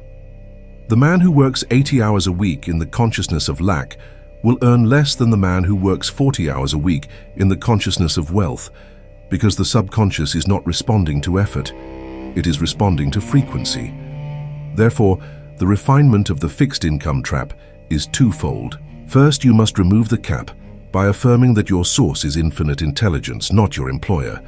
Second, you must stop equating income with hours worked and start equating income with alignment. When you make these two shifts, the hydraulic system is freed from artificial constraints, and the flow of wealth increases naturally and effortlessly. This is the second critical refinement, and it is the difference between a life of incremental raises and a life of exponential abundance. The former is limited by the diameter of a single pipe. The latter is unlimited because all pipes are open. Before we proceed to the master's tips, let us integrate these two refinements into a single practice. Every morning, after you complete your pressure protocol, add the following affirmation. I release all money with joy, knowing it returns multiplied.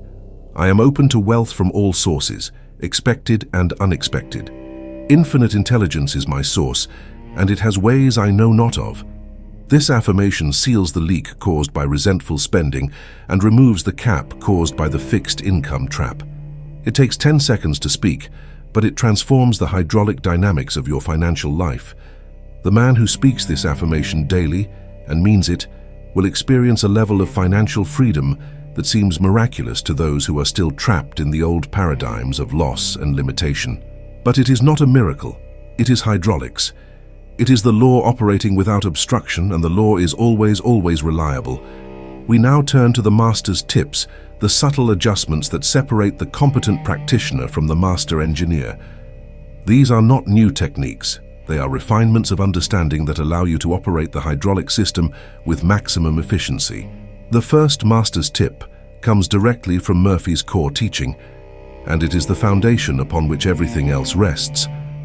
Wealth is a state of consciousness first, and a material condition second. Most people approach wealth from the opposite direction. They believe that if they can accumulate enough money, they will feel wealthy. This is backwards. The feeling of wealth must come first, and the accumulation will follow automatically. You cannot have wealth in your external world unless you first build it into your mentality. This is the law of correspondence, and it is absolute. As within, so without. As above, so below. Your external bank account is a perfect mirror of your internal mental account. If your mental account is empty, if you think thoughts of lack, if you speak words of poverty, if you feel sensations of insufficiency, your external account will remain empty, no matter how hard you work. The implication of this principle is profound. You must become wealthy in consciousness before you become wealthy in fact. This is not a metaphor. It is a literal instruction. You must spend time every day living in the feeling of wealth, regardless of your current circumstances. Murphy called this living from the end. You do not wait for the money to arrive before you feel wealthy. You feel wealthy now, and the money arrives as a result of the feeling. This requires a deliberate practice of imagination. Set aside 5 minutes each day, separate from your morning and evening sessions, and use that time to imagine yourself living in the state of wealth. See yourself checking your bank account and seeing a large balance. See yourself making purchases without hesitation. See yourself giving generously. See yourself living in the home you desire, driving the car you want, wearing the clothes that make you feel prosperous. The key is to make the visualization so vivid, so real, that your subconscious cannot distinguish it from actual experience. When the subconscious accepts the imagined state as real, it begins to manifest the conditions that match the state. Murphy often said, "What you can conceive and believe, you can achieve." But most people skip the middle step, believe. They conceive of wealth, but they do not believe it is possible for them. The belief is where the hydraulic pressure is generated. Conception without belief is like a pump without fluid. Nothing moves. To build belief, You must saturate your mind with evidence of the law's reliability. Read success stories. Study the lives of people who rose from poverty to wealth. Surround yourself with reminders that the law works. Over time, as you accumulate evidence, belief solidifies into certainty, and certainty is the highest form of hydraulic pressure. The man who is certain that he will be wealthy does not hope or wish. He knows, and knowing is the state of consciousness that compels manifestation. The second master's tip is the practice of mental equivalence, which we touched on earlier but must now explore in depth. Murphy taught that you cannot have anything in your external world unless you first have the mental equivalent of it in your inner world. The mental equivalent is not a vague wish. It is a precise internal state that matches the external condition you desire. If you want $10,000, you must build the mental equivalent of having $10,000. This is done by asking yourself, how would I feel if I already had $10,000? Then you embody that feeling. You walk with that feeling. You speak with that feeling. You make decisions from that feeling. The mental equivalent is the pressure setting on the gauge, and the subconscious will produce external conditions that match the setting. If the gauge reads lack, you get lack. If the gauge reads abundance, you get abundance. The gauge is set by your habitual feeling, not by your occasional affirmation. This is why consistency is so critical. You cannot set the gauge to abundance for 5 minutes in the morning and then reset it to lack for the other 23 hours and 55 minutes of the day. The subconscious averages your emotional state, and it manifests based on the average, not the peak. Therefore, your goal is to maintain the feeling of wealth as your baseline emotional state. This does not mean you ignore problems or pretend you have no bills. It means that underneath the surface fluctuations of daily life, there is a steady undercurrent of certainty that you are wealthy, that you are provided for, that you are aligned with infinite abundance. This undercurrent is the mental equivalent, and it is what the subconscious uses as its blueprint for constructing your external reality. Build the blueprint with care, and the construction will be flawless. The third master's tip is the principle of mental saturation. Murphy discovered that the subconscious is most receptive to impressions during 2 specific times, the moments just before sleep and the moments just after waking. During these twilight states, the conscious mind is relaxed, and the subconscious is open and suggestible. Therefore, the most powerful time to impress the subconscious with the image of wealth is not during the middle of the day when the conscious mind is active and critical. It is during these transitional moments when the door to the subconscious is wide open. This is why Murphy structured the pressure protocol to be performed in the evening before sleep and in the morning upon waking. These are not arbitrary times. They are the times when the hydraulic fluid is most receptive to the pressure you are applying. To maximize the effectiveness of these sessions, you must enter them in the correct state. Before your evening session, do not engage in stimulating or stressful activities. Do not watch the news. Do not scroll through social media. Do not argue or engage in conflict. These activities agitate the conscious mind and close the door to the subconscious. Instead, spend the hour before your evening session in quiet, calming activities. Read something uplifting. Listen to soothing music. Take a walk. The goal is to quiet the conscious mind so that when you sit down to perform the protocol, the subconscious is receptive. Similarly, in the morning, do not immediately check your phone or dive into the demands of the day. Give yourself time to transition from sleep to waking and use that transition time to perform the protocol. The impressions you make during these twilight states sink deeper and faster than impressions made at any other time, and they form the foundation of your mental equivalent for the day. The fourth master's tip is the use of written affirmations. While spoken affirmations are powerful, written affirmations engage a different neural pathway and reinforce the impression in a unique way. Murphy recommended that his students keep a wealth journal, and in this journal, they would write their affirmations daily. The act of writing forces you to slow down, to focus, and to engage the hand-eye-brain circuit in a way that deepens the impression. Write in present tense as if the condition already exists. For example, I am grateful for the constant flow of wealth into my life. Money comes to me easily and effortlessly from multiple sources. I am wealthy, secure, and abundant. Write each affirmation 3 times slowly and deliberately, feeling the truth of each word as you write it. This practice takes less than 5 minutes, but adds a layer of hydraulic pressure that spoken affirmations alone do not provide. The written word has a permanence that the spoken word does not, and the subconscious responds to this permanence by treating the written affirmation as a more solid instruction. The 5th master's tip is the practice of environmental cues. Your environment is constantly feeding impressions into your subconscious, and if your environment is cluttered with reminders of lack, it is constantly reinforcing the wrong mental equivalent. Therefore, you must curate your environment to support the consciousness of wealth. This does not mean you need to spend money. You do not have to buy expensive items. It means you must remove visual reminders of poverty and replace them with symbols of abundance.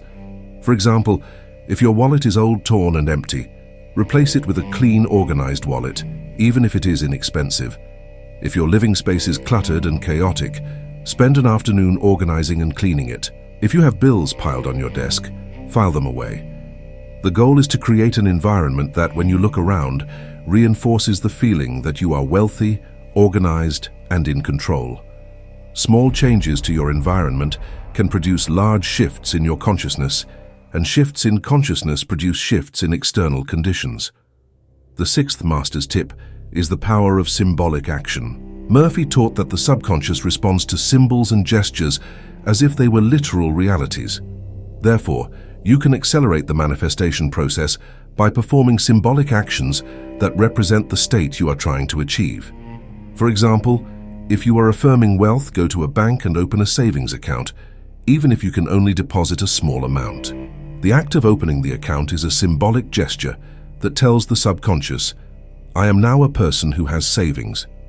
The subconscious takes this gesture seriously and begins to reorganize your life to make the symbol a reality. Another example, if you want to attract a specific amount of money, write yourself a check for that amount, date it for the future, and place it where you will see it daily. This is not about deluding yourself. It is about providing the subconscious with a tangible symbol of the outcome you desire. Symbolic actions bypass the rational mind and speak directly to the subconscious in the language it understands, imagery and gesture. The 7th and final master's tip is the practice of blessing others' wealth. This tip is counterintuitive, but it is one of the most powerful hydraulic adjustments you can make. When you see someone who is wealthy, someone driving an expensive car, living in a beautiful home, or wearing fine clothes, your automatic reaction may be envy or resentment. This reaction is poison to your own wealth consciousness. Envy is a signal to the subconscious that wealth is something others have and you do not, and this reinforces the mental equivalent of lack. The solution is to deliberately bless the wealth you see in others. When you see the expensive car, think or say aloud, "I bless that person's wealth. Their abundance is evidence that wealth is available, and I am next in line." This practice does 2 things. First, it trains your subconscious to associate wealth with positive emotions rather than negative ones. Second, it aligns you with the frequency of wealth by acknowledging its presence in your environment. The subconscious does not distinguish between your wealth and someone else's wealth. It only registers the frequency. When you bless wealth wherever you see it, you are tuning yourself to the frequency of wealth, and the law of resonance ensures that you will attract it into your own life. These 7 master's tips, building wealth consciousness first, creating a precise mental equivalent, saturating the subconscious during twilight states, writing affirmations, curating your environment, performing symbolic actions, and blessing others' wealth, are the refinements that transform a basic practice into a master-level operation. Each tip is a small adjustment, but together they create a compound effect that amplifies the hydraulic pressure exponentially. The student who applies these tips will see results faster and with greater magnitude than the student who performs only the basic protocol. This is not because the law plays favorites. It is because the master-level student is operating the system with greater precision, and precision always produces superior results. Murphy's final instruction in this phase was simple but profound. Build wealth into your mentality, and it will manifest in your life. This is not a suggestion. It is a command. You are not trying to attract wealth.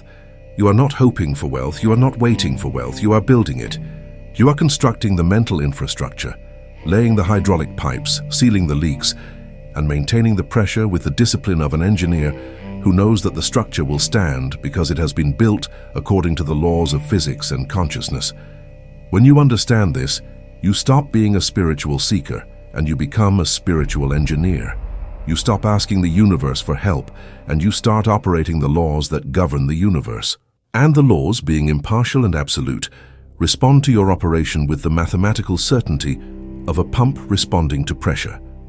This is the refinement. This is the difference between amateur and master.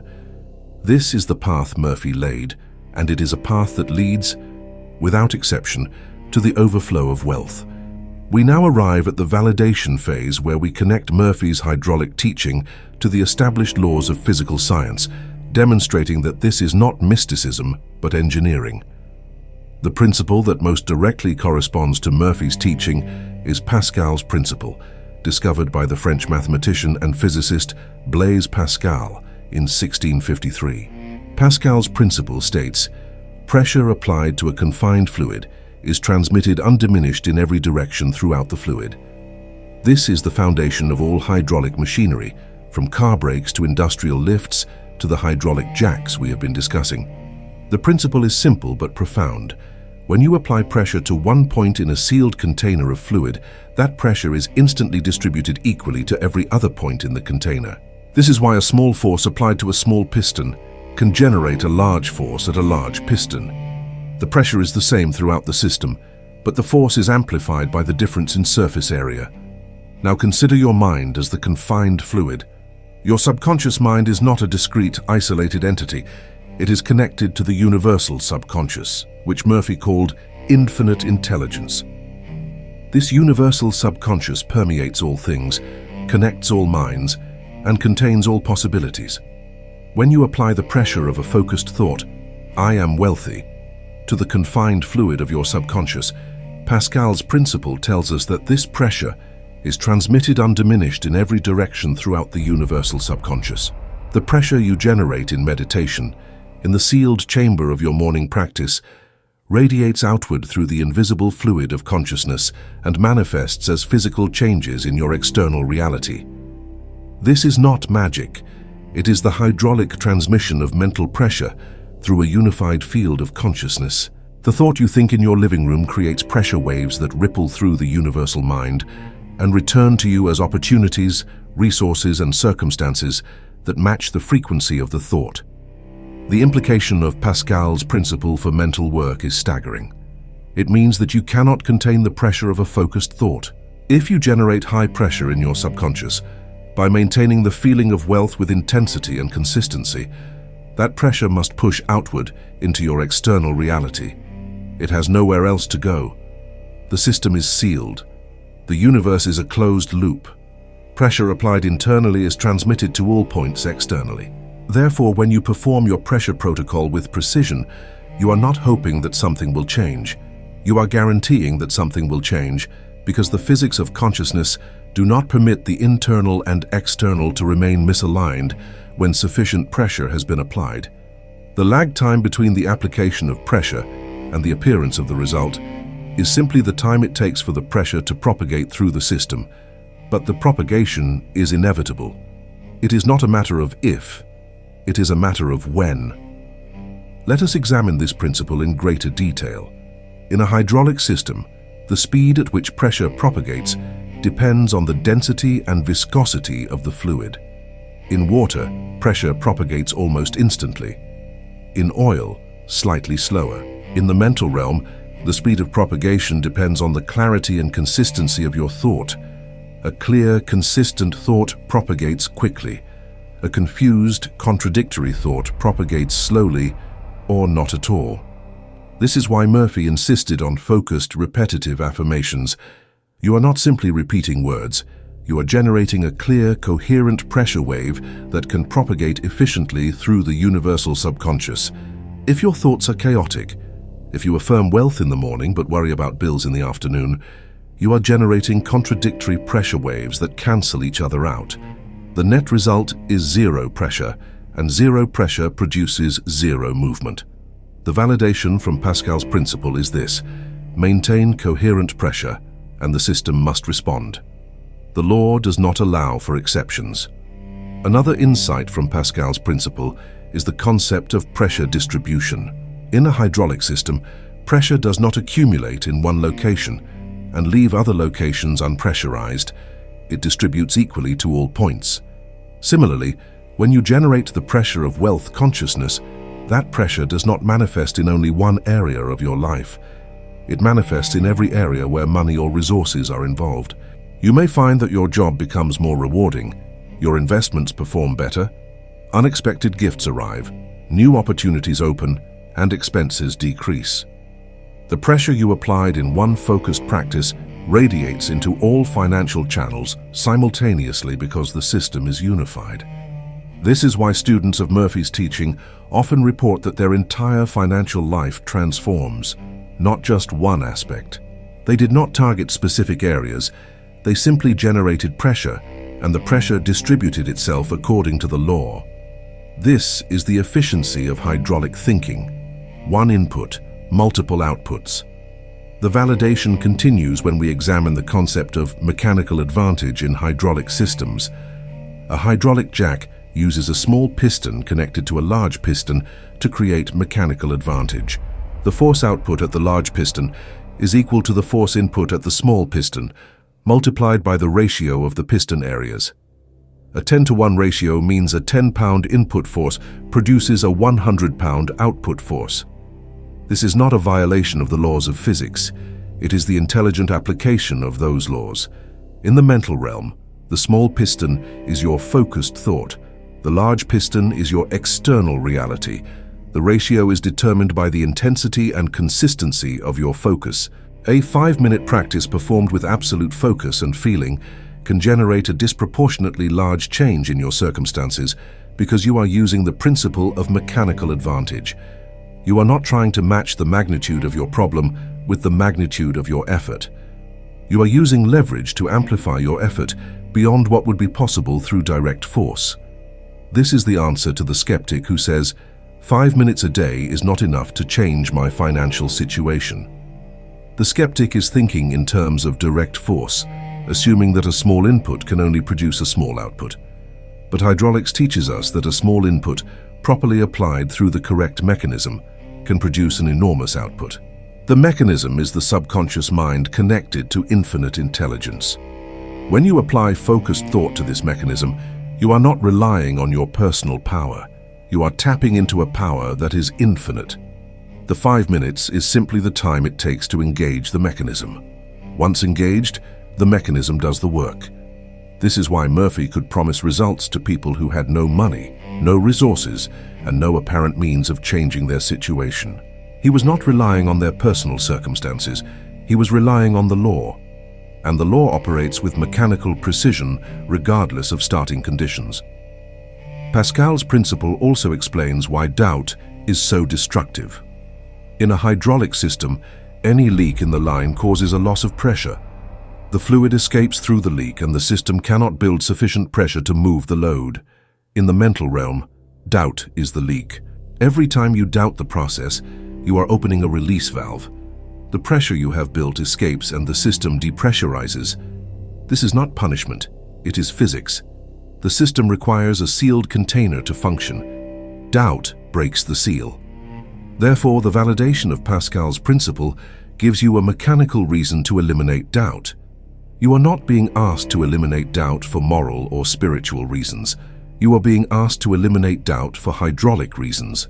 A system with a leak cannot function. Seal the leak and the system works perfectly.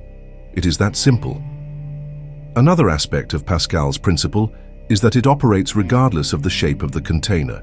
Whether the container is a cylinder, a sphere, or an irregular shape, pressure is distributed equally throughout. This means that it does not matter what your current circumstances look like. It does not matter if your financial container is shaped like poverty, shaped like debt, or shaped like limitation. When you apply pressure, the pressure distributes equally throughout the container, and the shape begins to change. Over time, The container molds itself to match the pressure you are applying. This is the law of adaptation. Your external circumstances are not fixed, they are fluid. They adapt to the internal pressure you maintain. If you maintain the pressure of wealth consciousness, your circumstances will adapt to reflect wealth. If you maintain the pressure of lack consciousness, your circumstances will adapt to reflect lack.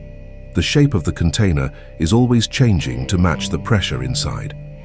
The validation from Pascal's principle also addresses the question of time. Students often ask, how long will it take for the result to manifest? The answer depends on the pressure differential. If the internal pressure you are generating is only slightly higher than the external resistance, the change will be gradual. If the internal pressure is dramatically higher than the external resistance, the change will be rapid. This is why Murphy emphasized intensity of feeling. The more intensely you feel wealthy, the greater the pressure differential, and the faster the external conditions will shift. A lukewarm affirmation generates low pressure and produces slow results. A feeling-saturated affirmation generates high pressure and produces rapid results. Therefore, if you want to accelerate the manifestation process, increase the intensity. Do not settle for mechanical repetition. Infuse each affirmation with the maximum feeling you can generate. The subconscious responds to emotional intensity the same way a hydraulic system responds to physical pressure. More pressure equals more movement. Finally, Pascal's principle validates Murphy's teaching that you do not need to know the mechanism. When you press the brake pedal in your car, you do not need to understand the intricacies of the hydraulic brake system to stop the car. You simply apply pressure to the pedal and the system does the rest. Similarly, when you apply the pressure of focused thought to your subconscious, you do not need to understand how the universal intelligence will rearrange circumstances to deliver wealth. You simply apply the pressure and the system does the rest. The validation from physics is that the law is impersonal and automatic. It does not require your understanding to operate. It only requires your correct application. This is liberating. It means that you do not need to be a genius, a mystic, or a saint to manifest wealth. You simply need to be a competent operator of the hydraulic system, applying pressure consistently and maintaining the seal. The rest is handled by the law. The connection to Pascal's principle is not metaphorical, it is literal. Consciousness behaves as a fluid medium through which pressure propagates. Your focused thought is pressure. Your subconscious is the confined chamber. The universal intelligence is the unified field through which the pressure transmits. Your external reality is the output. When you understand this, you stop hoping and start engineering. You stop praying and start pumping. You stop being a victim of circumstances and start being the operator of the law. And the law, being as reliable as the law of gravity, responds to your operation with the certainty of a hydraulic jack lifting a car. The weight of your financial problems does not matter. The pressure you generate is sufficient to lift any load, provided you maintain the seal and pump with consistency. This is the validation from physics, and it is absolute. We now turn to the anecdotal validation, the real-world evidence that Murphy's hydraulic teaching produces tangible results. Theory without demonstration is hollow, and Murphy understood this. He filled his books and lectures with case studies of ordinary people who applied the pressure protocol and experienced extraordinary transformations. The story I will share now is not fiction. It is a documented account from Murphy's records, and it illustrates every principle we have discussed with perfect clarity. The man in question was a pharmacist working in a small town. He was 52 years old, divorced, living in a rented room above the pharmacy where he worked. He was not the owner. He was an employee earning a modest wage. His debts exceeded his assets. His bank account was perpetually overdrawn. He had no savings, no investments, and no apparent prospects for improvement. By every external measure, he was a man trapped in financial failure with no pathway to escape. This man attended one of Murphy's lectures, and something in the teaching resonated with him. Perhaps it was the mechanical certainty of the hydraulic principle. Perhaps it was Murphy's insistence that external circumstances are irrelevant to the operation of the law. Whatever the reason, the man decided to apply the pressure protocol with absolute fidelity. Every morning at 6 a.m. before the pharmacy opened, he sat in his small room and performed the three-step sequence, priming, pumping, and locking the valve.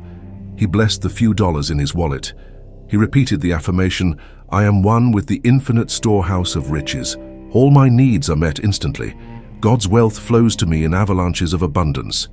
For exactly 5 minutes, saturating each word with feeling. He sealed the practice with, "It is done," and then went about his day, refusing to check his bank balance or obsess about his debts. He did the same practice every evening before sleep. He maintained this rhythm for 3 weeks without deviation. During those 3 weeks, nothing changed externally. The bills still arrived. The bank account remained overdrawn. The debts remained unpaid. But the man did not waver. He understood that he was building pressure, and pressure requires time to propagate through the system. He sealed the leaks by blessing every payment he made, no matter how much it pained him to release the money. He removed the cap of the fixed income trap by affirming that his source was not his employer, but infinite intelligence. He acted as if the pressure was holding, walking with confidence, speaking with authority, and making decisions from a place of abundance, even though his circumstances screamed poverty. On the 21st day, something shifted. An elderly man walked into the pharmacy, someone the pharmacist had never seen before. The two struck up a conversation. The old man was lonely, the pharmacist was kind, and over the course of an hour, they shared stories. The old man mentioned that he was planning to sell the pharmacy and retire. The pharmacist's heart sank. He assumed this meant he would lose his job, but the old man surprised him. He said, "I like you. You have good energy. I'm going to sell you the pharmacy." The pharmacist stammered, "I don't have any money for a down payment." The old man waved his hand dismissively. "I don't need a down payment. I'll carry the note. Pay me when you can." Within a week, the papers were signed. The pharmacist, who had been an employee with no assets, was now the owner of the pharmacy with zero down payment. This was not a small business. It was a profitable operation in a stable community. Within 6 months, the pharmacist had paid off his debts. Within a year, he had savings. Within 2 years, he owned the building outright and was expanding into adjacent properties. The financial transformation was complete, and it began with 3 weeks of disciplined application of the pressure protocol. This story is not unique. Murphy's files contain hundreds of similar accounts. What makes this story valuable is that it illustrates the key principle. The solution came through a channel the conscious mind could not have predicted. The pharmacist did not receive a raise. He did not win the lottery. He did not inherit money. The solution arrived through a seemingly random conversation with a stranger, but the conversation was not random. It was the manifestation of the pressure the pharmacist had been building in his subconscious for 3 weeks. The old man's decision to sell to him with no down payment was not charity.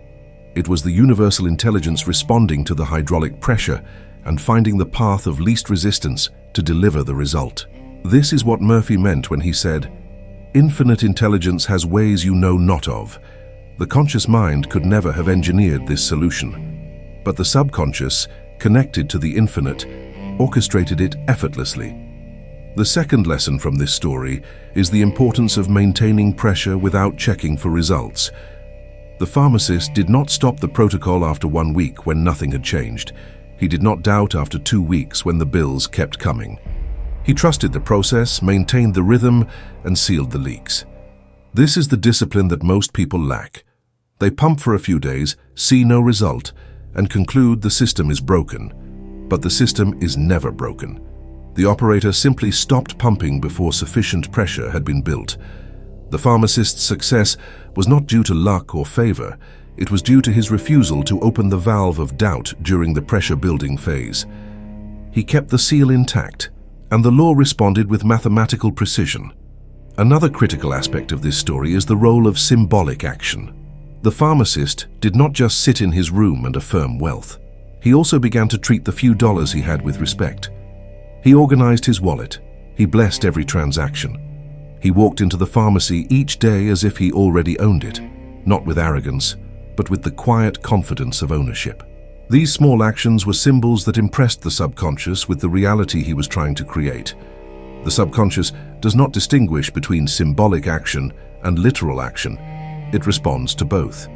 By acting as if he were already the owner, the pharmacist was generating additional pressure that amplified the effect of his morning and evening sessions.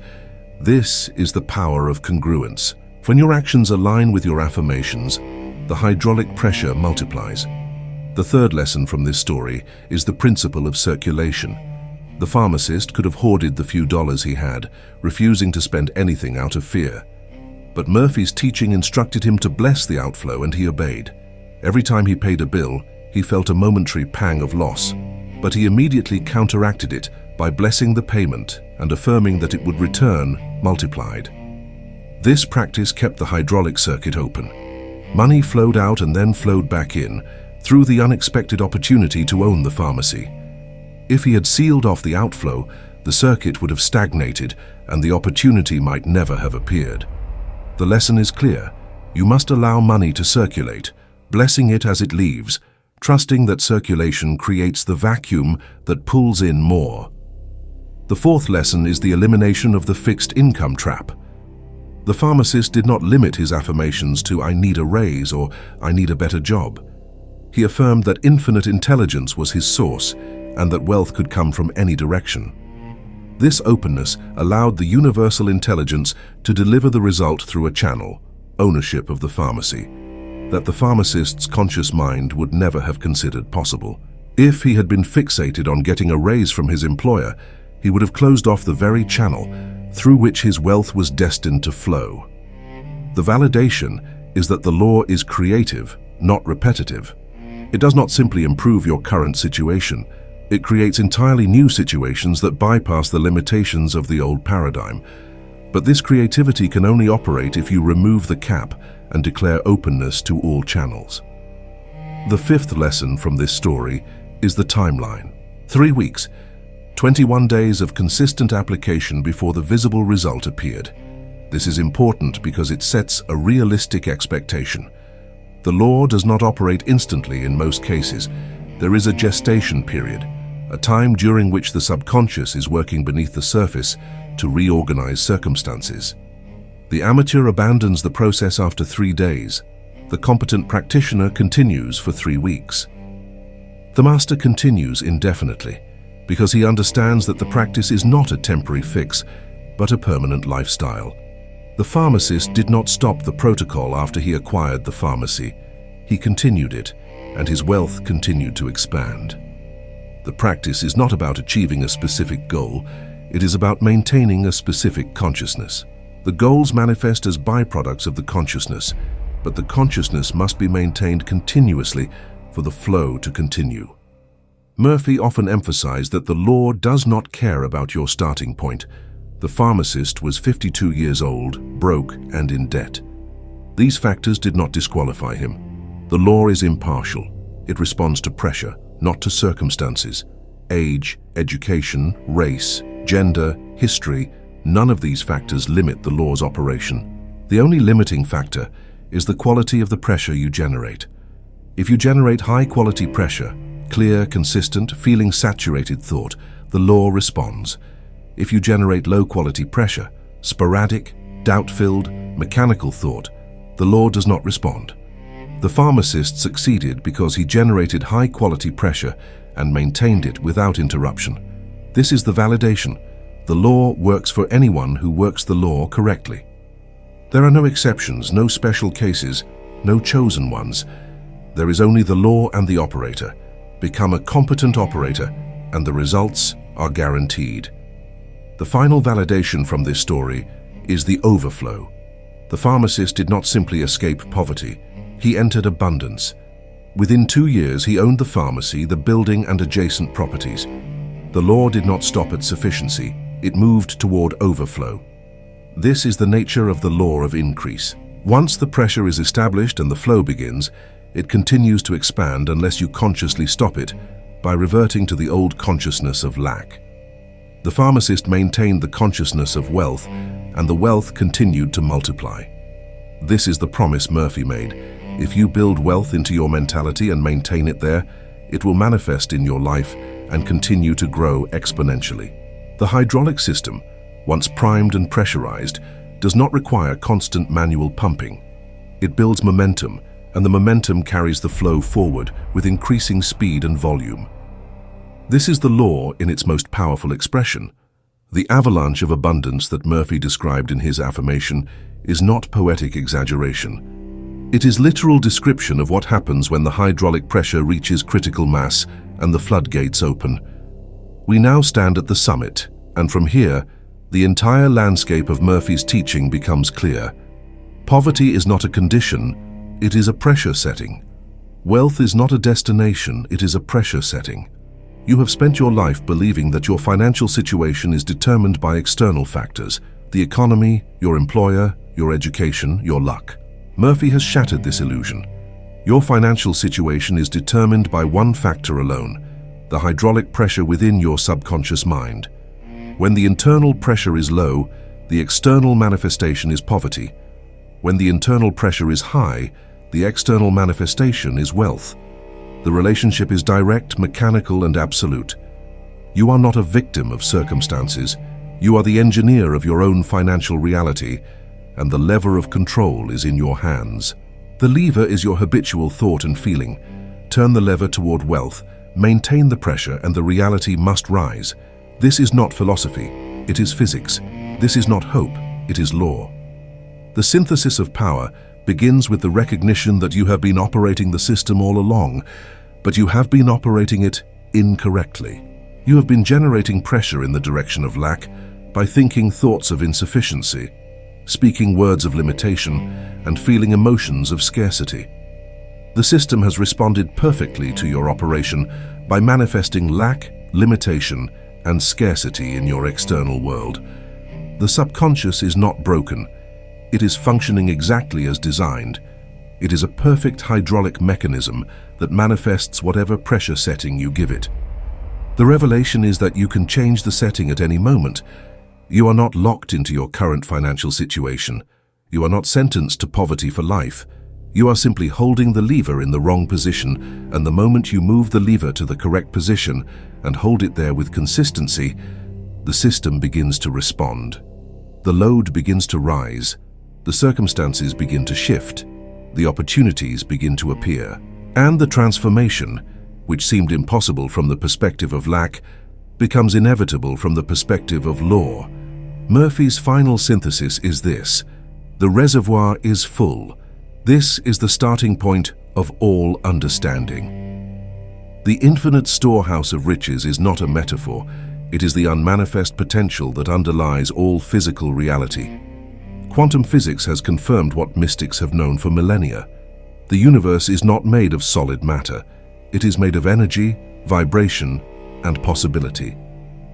At the quantum level, reality is a field of infinite potential, and physical forms are simply localized expressions of that potential. The reservoir is this field. It contains all wealth, all resources, all possibilities. It is never depleted. It cannot be exhausted. It is infinite by definition. Your job is not to create wealth. Wealth already exists in the reservoir. Your job is not to find wealth. Wealth is everywhere, pressing against the membrane of manifestation. Your job is simply to open the valve by generating the internal pressure of belief, expectation, and feeling. When the valve is open, the wealth flows from the unmanifest to the manifest, from the invisible to the visible, from the potential to the actual. This flow is not earned. It is allowed. You do not deserve it or fail to deserve it. You simply open or close the valve with your consciousness. The pipes are laid. This is the second recognition. The infrastructure already exists. The universal intelligence has already established the pathways through which wealth can flow into your life. These pathways are invisible to the conscious mind, but they are real and operational. One pathway might be through your job, another might be through an investment, another might be through a gift, another might be through an opportunity you cannot yet imagine. The pathways are infinite, and they are all connected to the reservoir. Your job is not to dig the trenches or lay the pipes. That work has already been done by the intelligence that created the universe. Your job is to pressurize the system so that the flow begins. The pipes are empty only because there is no pressure to move the fluid. Apply pressure, and the pipes fill. The wealth that was always there, always available, always waiting in the reservoir begins to move through the pipes and into your hands. The only thing missing is the pressure. This is the final recognition, and it is both humbling and empowering. Humbling because it means that your poverty is self-imposed. Empowering because it means that your wealth is self-determined. You have the lever, you have the reservoir, you have the pipes. The only variable is the pressure, and the pressure is generated by your habitual thought and feeling. If you have been living in poverty, it is because you have been generating the pressure of lack. If you transition to wealth, it will be because you generate the pressure of abundance. The transition is not a matter of working harder, getting lucky, or waiting for external conditions to improve. The transition is a matter of changing the pressure setting and maintaining it until the external reality conforms. This is the ultimate synthesis. You are not powerless, and you are not at the mercy of forces beyond your control.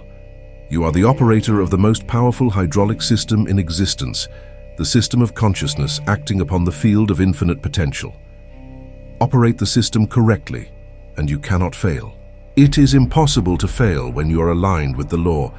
The message of empowerment is simple and undeniable. You are standing at the threshold of a new life, and the decision before you is whether to step across. On one side of the threshold is the old identity.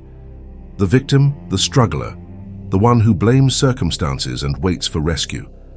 On the other side is the new identity, the engineer, the operator, the one who understands the law and applies it with precision. The threshold is not a physical location, it is a decision. You cross it the moment you decide that you are no longer available for poverty. The moment you grab the handle of your mind and begin to pump with intention, consistency, and feeling, you have crossed. There is no ceremony, there is no initiation. There is only the quiet internal recognition that you are now a person who operates the law of wealth, and the old identity of lack is no longer relevant to who you are becoming. Murphy's empowerment teaching is rooted in the recognition that the power is already within you. You are not seeking power, you are claiming power that has always been yours. The subconscious mind is not a separate entity that you must petition or convince. It is your own deeper mind, the part of you that is connected to infinite intelligence. When you give it an instruction through focused thought and feeling, it obeys because that is its function. It does not question your instructions. It does not evaluate whether you are worthy. It simply accepts the impression and begins to manufacture the corresponding external conditions. This means that your success is not dependent on anyone else's approval, cooperation, or permission. You do not need your employer to give you a raise. You do not need the economy to improve. You do not need anyone to believe in you. You need only to believe in the law, and the law will demonstrate its reliability through the transformation of your circumstances. The empowerment also comes from the recognition that failure is impossible when you are operating the law correctly. This is a bold statement, but it is backed by the mechanics we have discussed. If you maintain consistent pressure, the system must respond. The load must rise, the circumstances must shift. The only way to fail is to stop pumping, to open the valve of doubt, or to sabotage the process by reverting to the consciousness of lack.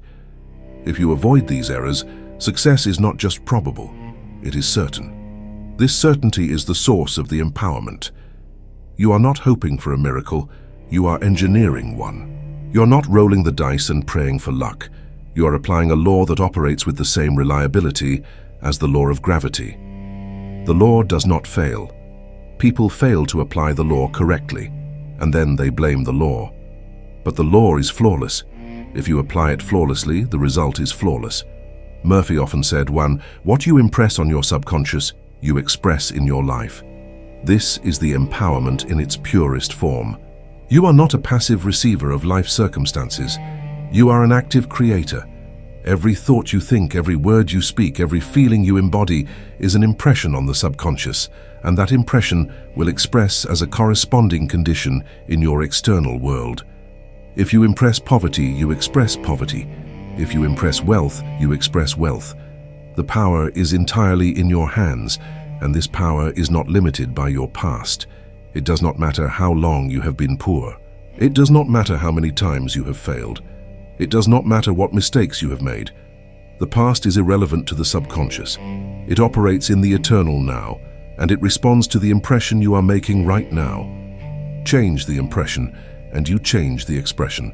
It is that simple, and it is that empowering. The empowerment extends to the recognition that you do not need to know how the result will come.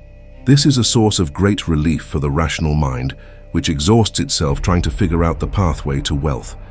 Murphy frees you from this burden. Your job is to generate the pressure. The subconscious's job is to find the pathway. The pathway might be obvious, or it might be completely unexpected. It might involve people you know, or it might involve strangers. It might happen quickly, or it might take time. But the pathway will appear, because the law guarantees it. When you release attachment to the how and trust the law to deliver through whatever channel is most efficient, you are operating at the highest level of mastery. You are not micromanaging the universe. You are allowing the universe to do what it does best, manifest the internal state externally through the path of least resistance. The final aspect of empowerment is the recognition that this teaching is not just about money. The hydraulic principle applies to every area of life. If you want health, generate the pressure of health consciousness. If you want love, generate the pressure of love consciousness. If you want success, generate the pressure of success consciousness. The mechanism is the same. The reservoir is the same. The law is the same. Only the content changes. Murphy's teaching is a master key that unlocks every door because it is based on the fundamental mechanics of how consciousness creates reality. When you understand the hydraulic principle, you are not just learning how to manifest wealth. You are learning how to manifest anything. You are being initiated into the hidden mechanics of creation itself, and this knowledge makes you sovereign. You are no longer dependent on external conditions, other people, or random chance.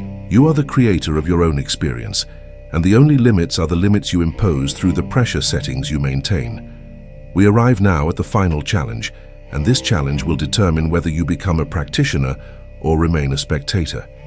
The challenge is simple. For the next 3 days, you will apply the pressure protocol with absolute fidelity. This is not a suggestion, it is a test. You will test the law, and the law will test you. For 3 days, you will repeat the wealth affirmation. I am one with the infinite storehouse of riches. All my needs are met instantly. God's wealth flows to me in avalanches of abundance, 50 times per day. Not 49, not 51, 50 times exactly. You will count them. You will not let up, you will not skip a day, you will not make excuses. You will divide the repetitions across the day, 25 in the morning, 25 in the evening, or you will do them all at once. The structure is flexible, but the number is not. 50 repetitions per day for 3 days. 150 total impressions on your subconscious. During these 3 days, you will also practice the leak sealing protocol. Every time money leaves your hands, you will bless it and affirm that it returns multiplied. Every time you notice wealth in your environment, you will bless it and feel gratitude. Every time a thought of lack arises, you will close the valve by affirming it is done and redirecting your attention.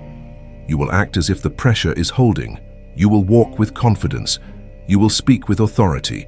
You will refuse to discuss your financial problems with anyone. You will protect the seal with the vigilance of an engineer who knows that one small leak can depressurize the entire system. This is the pressure test, and it is designed to do 2 things. First, to prove to you that the law works. Second, to reveal to you whether you have the discipline to operate the law consistently. What will you notice during these 3 days? You will notice signs, small, seemingly insignificant events that indicate the pressure is building. You might receive an unexpected refund. You might find money you forgot you had. You might hear about an opportunity. You might have a conversation that leads somewhere unexpected. These are not coincidences. They are the early indicators that the hydraulic system is engaging. Do not dismiss them as meaningless. Do not wait for $1 million to fall from the sky. The law often begins with small demonstrations to build your faith before delivering the larger manifestations. Pay attention to the signs. Acknowledge them. Feel gratitude for them. Each sign is proof that the pressure is real, that the system is responding, and that the larger result is on its way. At the end of the 3 days, you will evaluate the experience. If you performed the test with precision, 50 repetitions per day, leak sealing, valve protection, no deviation, you will have evidence that the law is real. The evidence might be subtle, but it will be there. If you did not see results, you must honestly assess whether you followed the protocol exactly. Did you do all 50 repetitions with feeling, or did you rush through them mechanically? Did you seal the leaks, or did you continue to resent payments? Did you maintain the valve, or did you open it with doubt every few hours? The law is perfect, but the operator is often imperfect. If the system did not respond, the fault is not with the law, it is with the application. This is not a moral judgment, it is a mechanical diagnosis. Adjust the application and retest. The reason for the 3-day test is that 3 days is long enough to produce initial evidence, but short enough to maintain focus. A 30-day challenge is too long for most people to commit to without proof. A 1-day test is too short for the pressure to build. 3 days is the optimal window. It is the minimum time required to see the law in action. If you succeed in the 3-day test, you will have the confidence to extend the practice to 30 days, then 90 days, then indefinitely. But you must start with 3 days. You must take the first step. You must prove to yourself that the lever works before you commit to pumping it for the rest of your life. This test is your proof of concept, and it is the gateway to the transformed life Murphy promised. The final call to action is this: subscribe to Sacred Logic to master the physics of abundance. This channel is not entertainment, it is education in the hidden laws that govern reality. Every video is a blueprint, every teaching is a tool, and every principle is a piece of the larger system that Murphy and others have decoded. If you found value in this teaching, there are dozens more waiting for you, each one diving deeper into the mechanics of manifestation. The subscription is your commitment to becoming the master engineer of your own life. It is your declaration that you are no longer satisfied with surface-level understanding, that you are ready to go deeper, to learn the laws and to apply them with the precision of one who knows that the universe is not mysterious. It is mechanical. As you leave this video, you are carrying the blueprint. The reservoir is full, the pipes are laid, the lever is in your hand. The only question is whether you will pump. Will you apply the pressure protocol with the discipline of an engineer, or will you return to the chaos of wishful thinking? Will you seal the leaks and maintain the valve, or will you sabotage the process with doubt and resentment? Will you take the 3-day test and prove to yourself that the law works, or will you remain a spectator, watching others rise while you stay on the ground? The choice is yours, and the choice must be made now. Murphy's teaching does not offer you comfort or reassurance. It offers you a mechanism. Operate the mechanism, and the wealth will flow. Ignore the mechanism, and you will remain where you are. The law is impartial. It does not care whether you succeed or fail. It simply responds to the pressure you apply. Therefore, grab the handle. Start pumping. Do not stop until the wealth overflows into your hands and floods every corner of your existence. This is the promise, and it is guaranteed by the laws that govern the universe itself.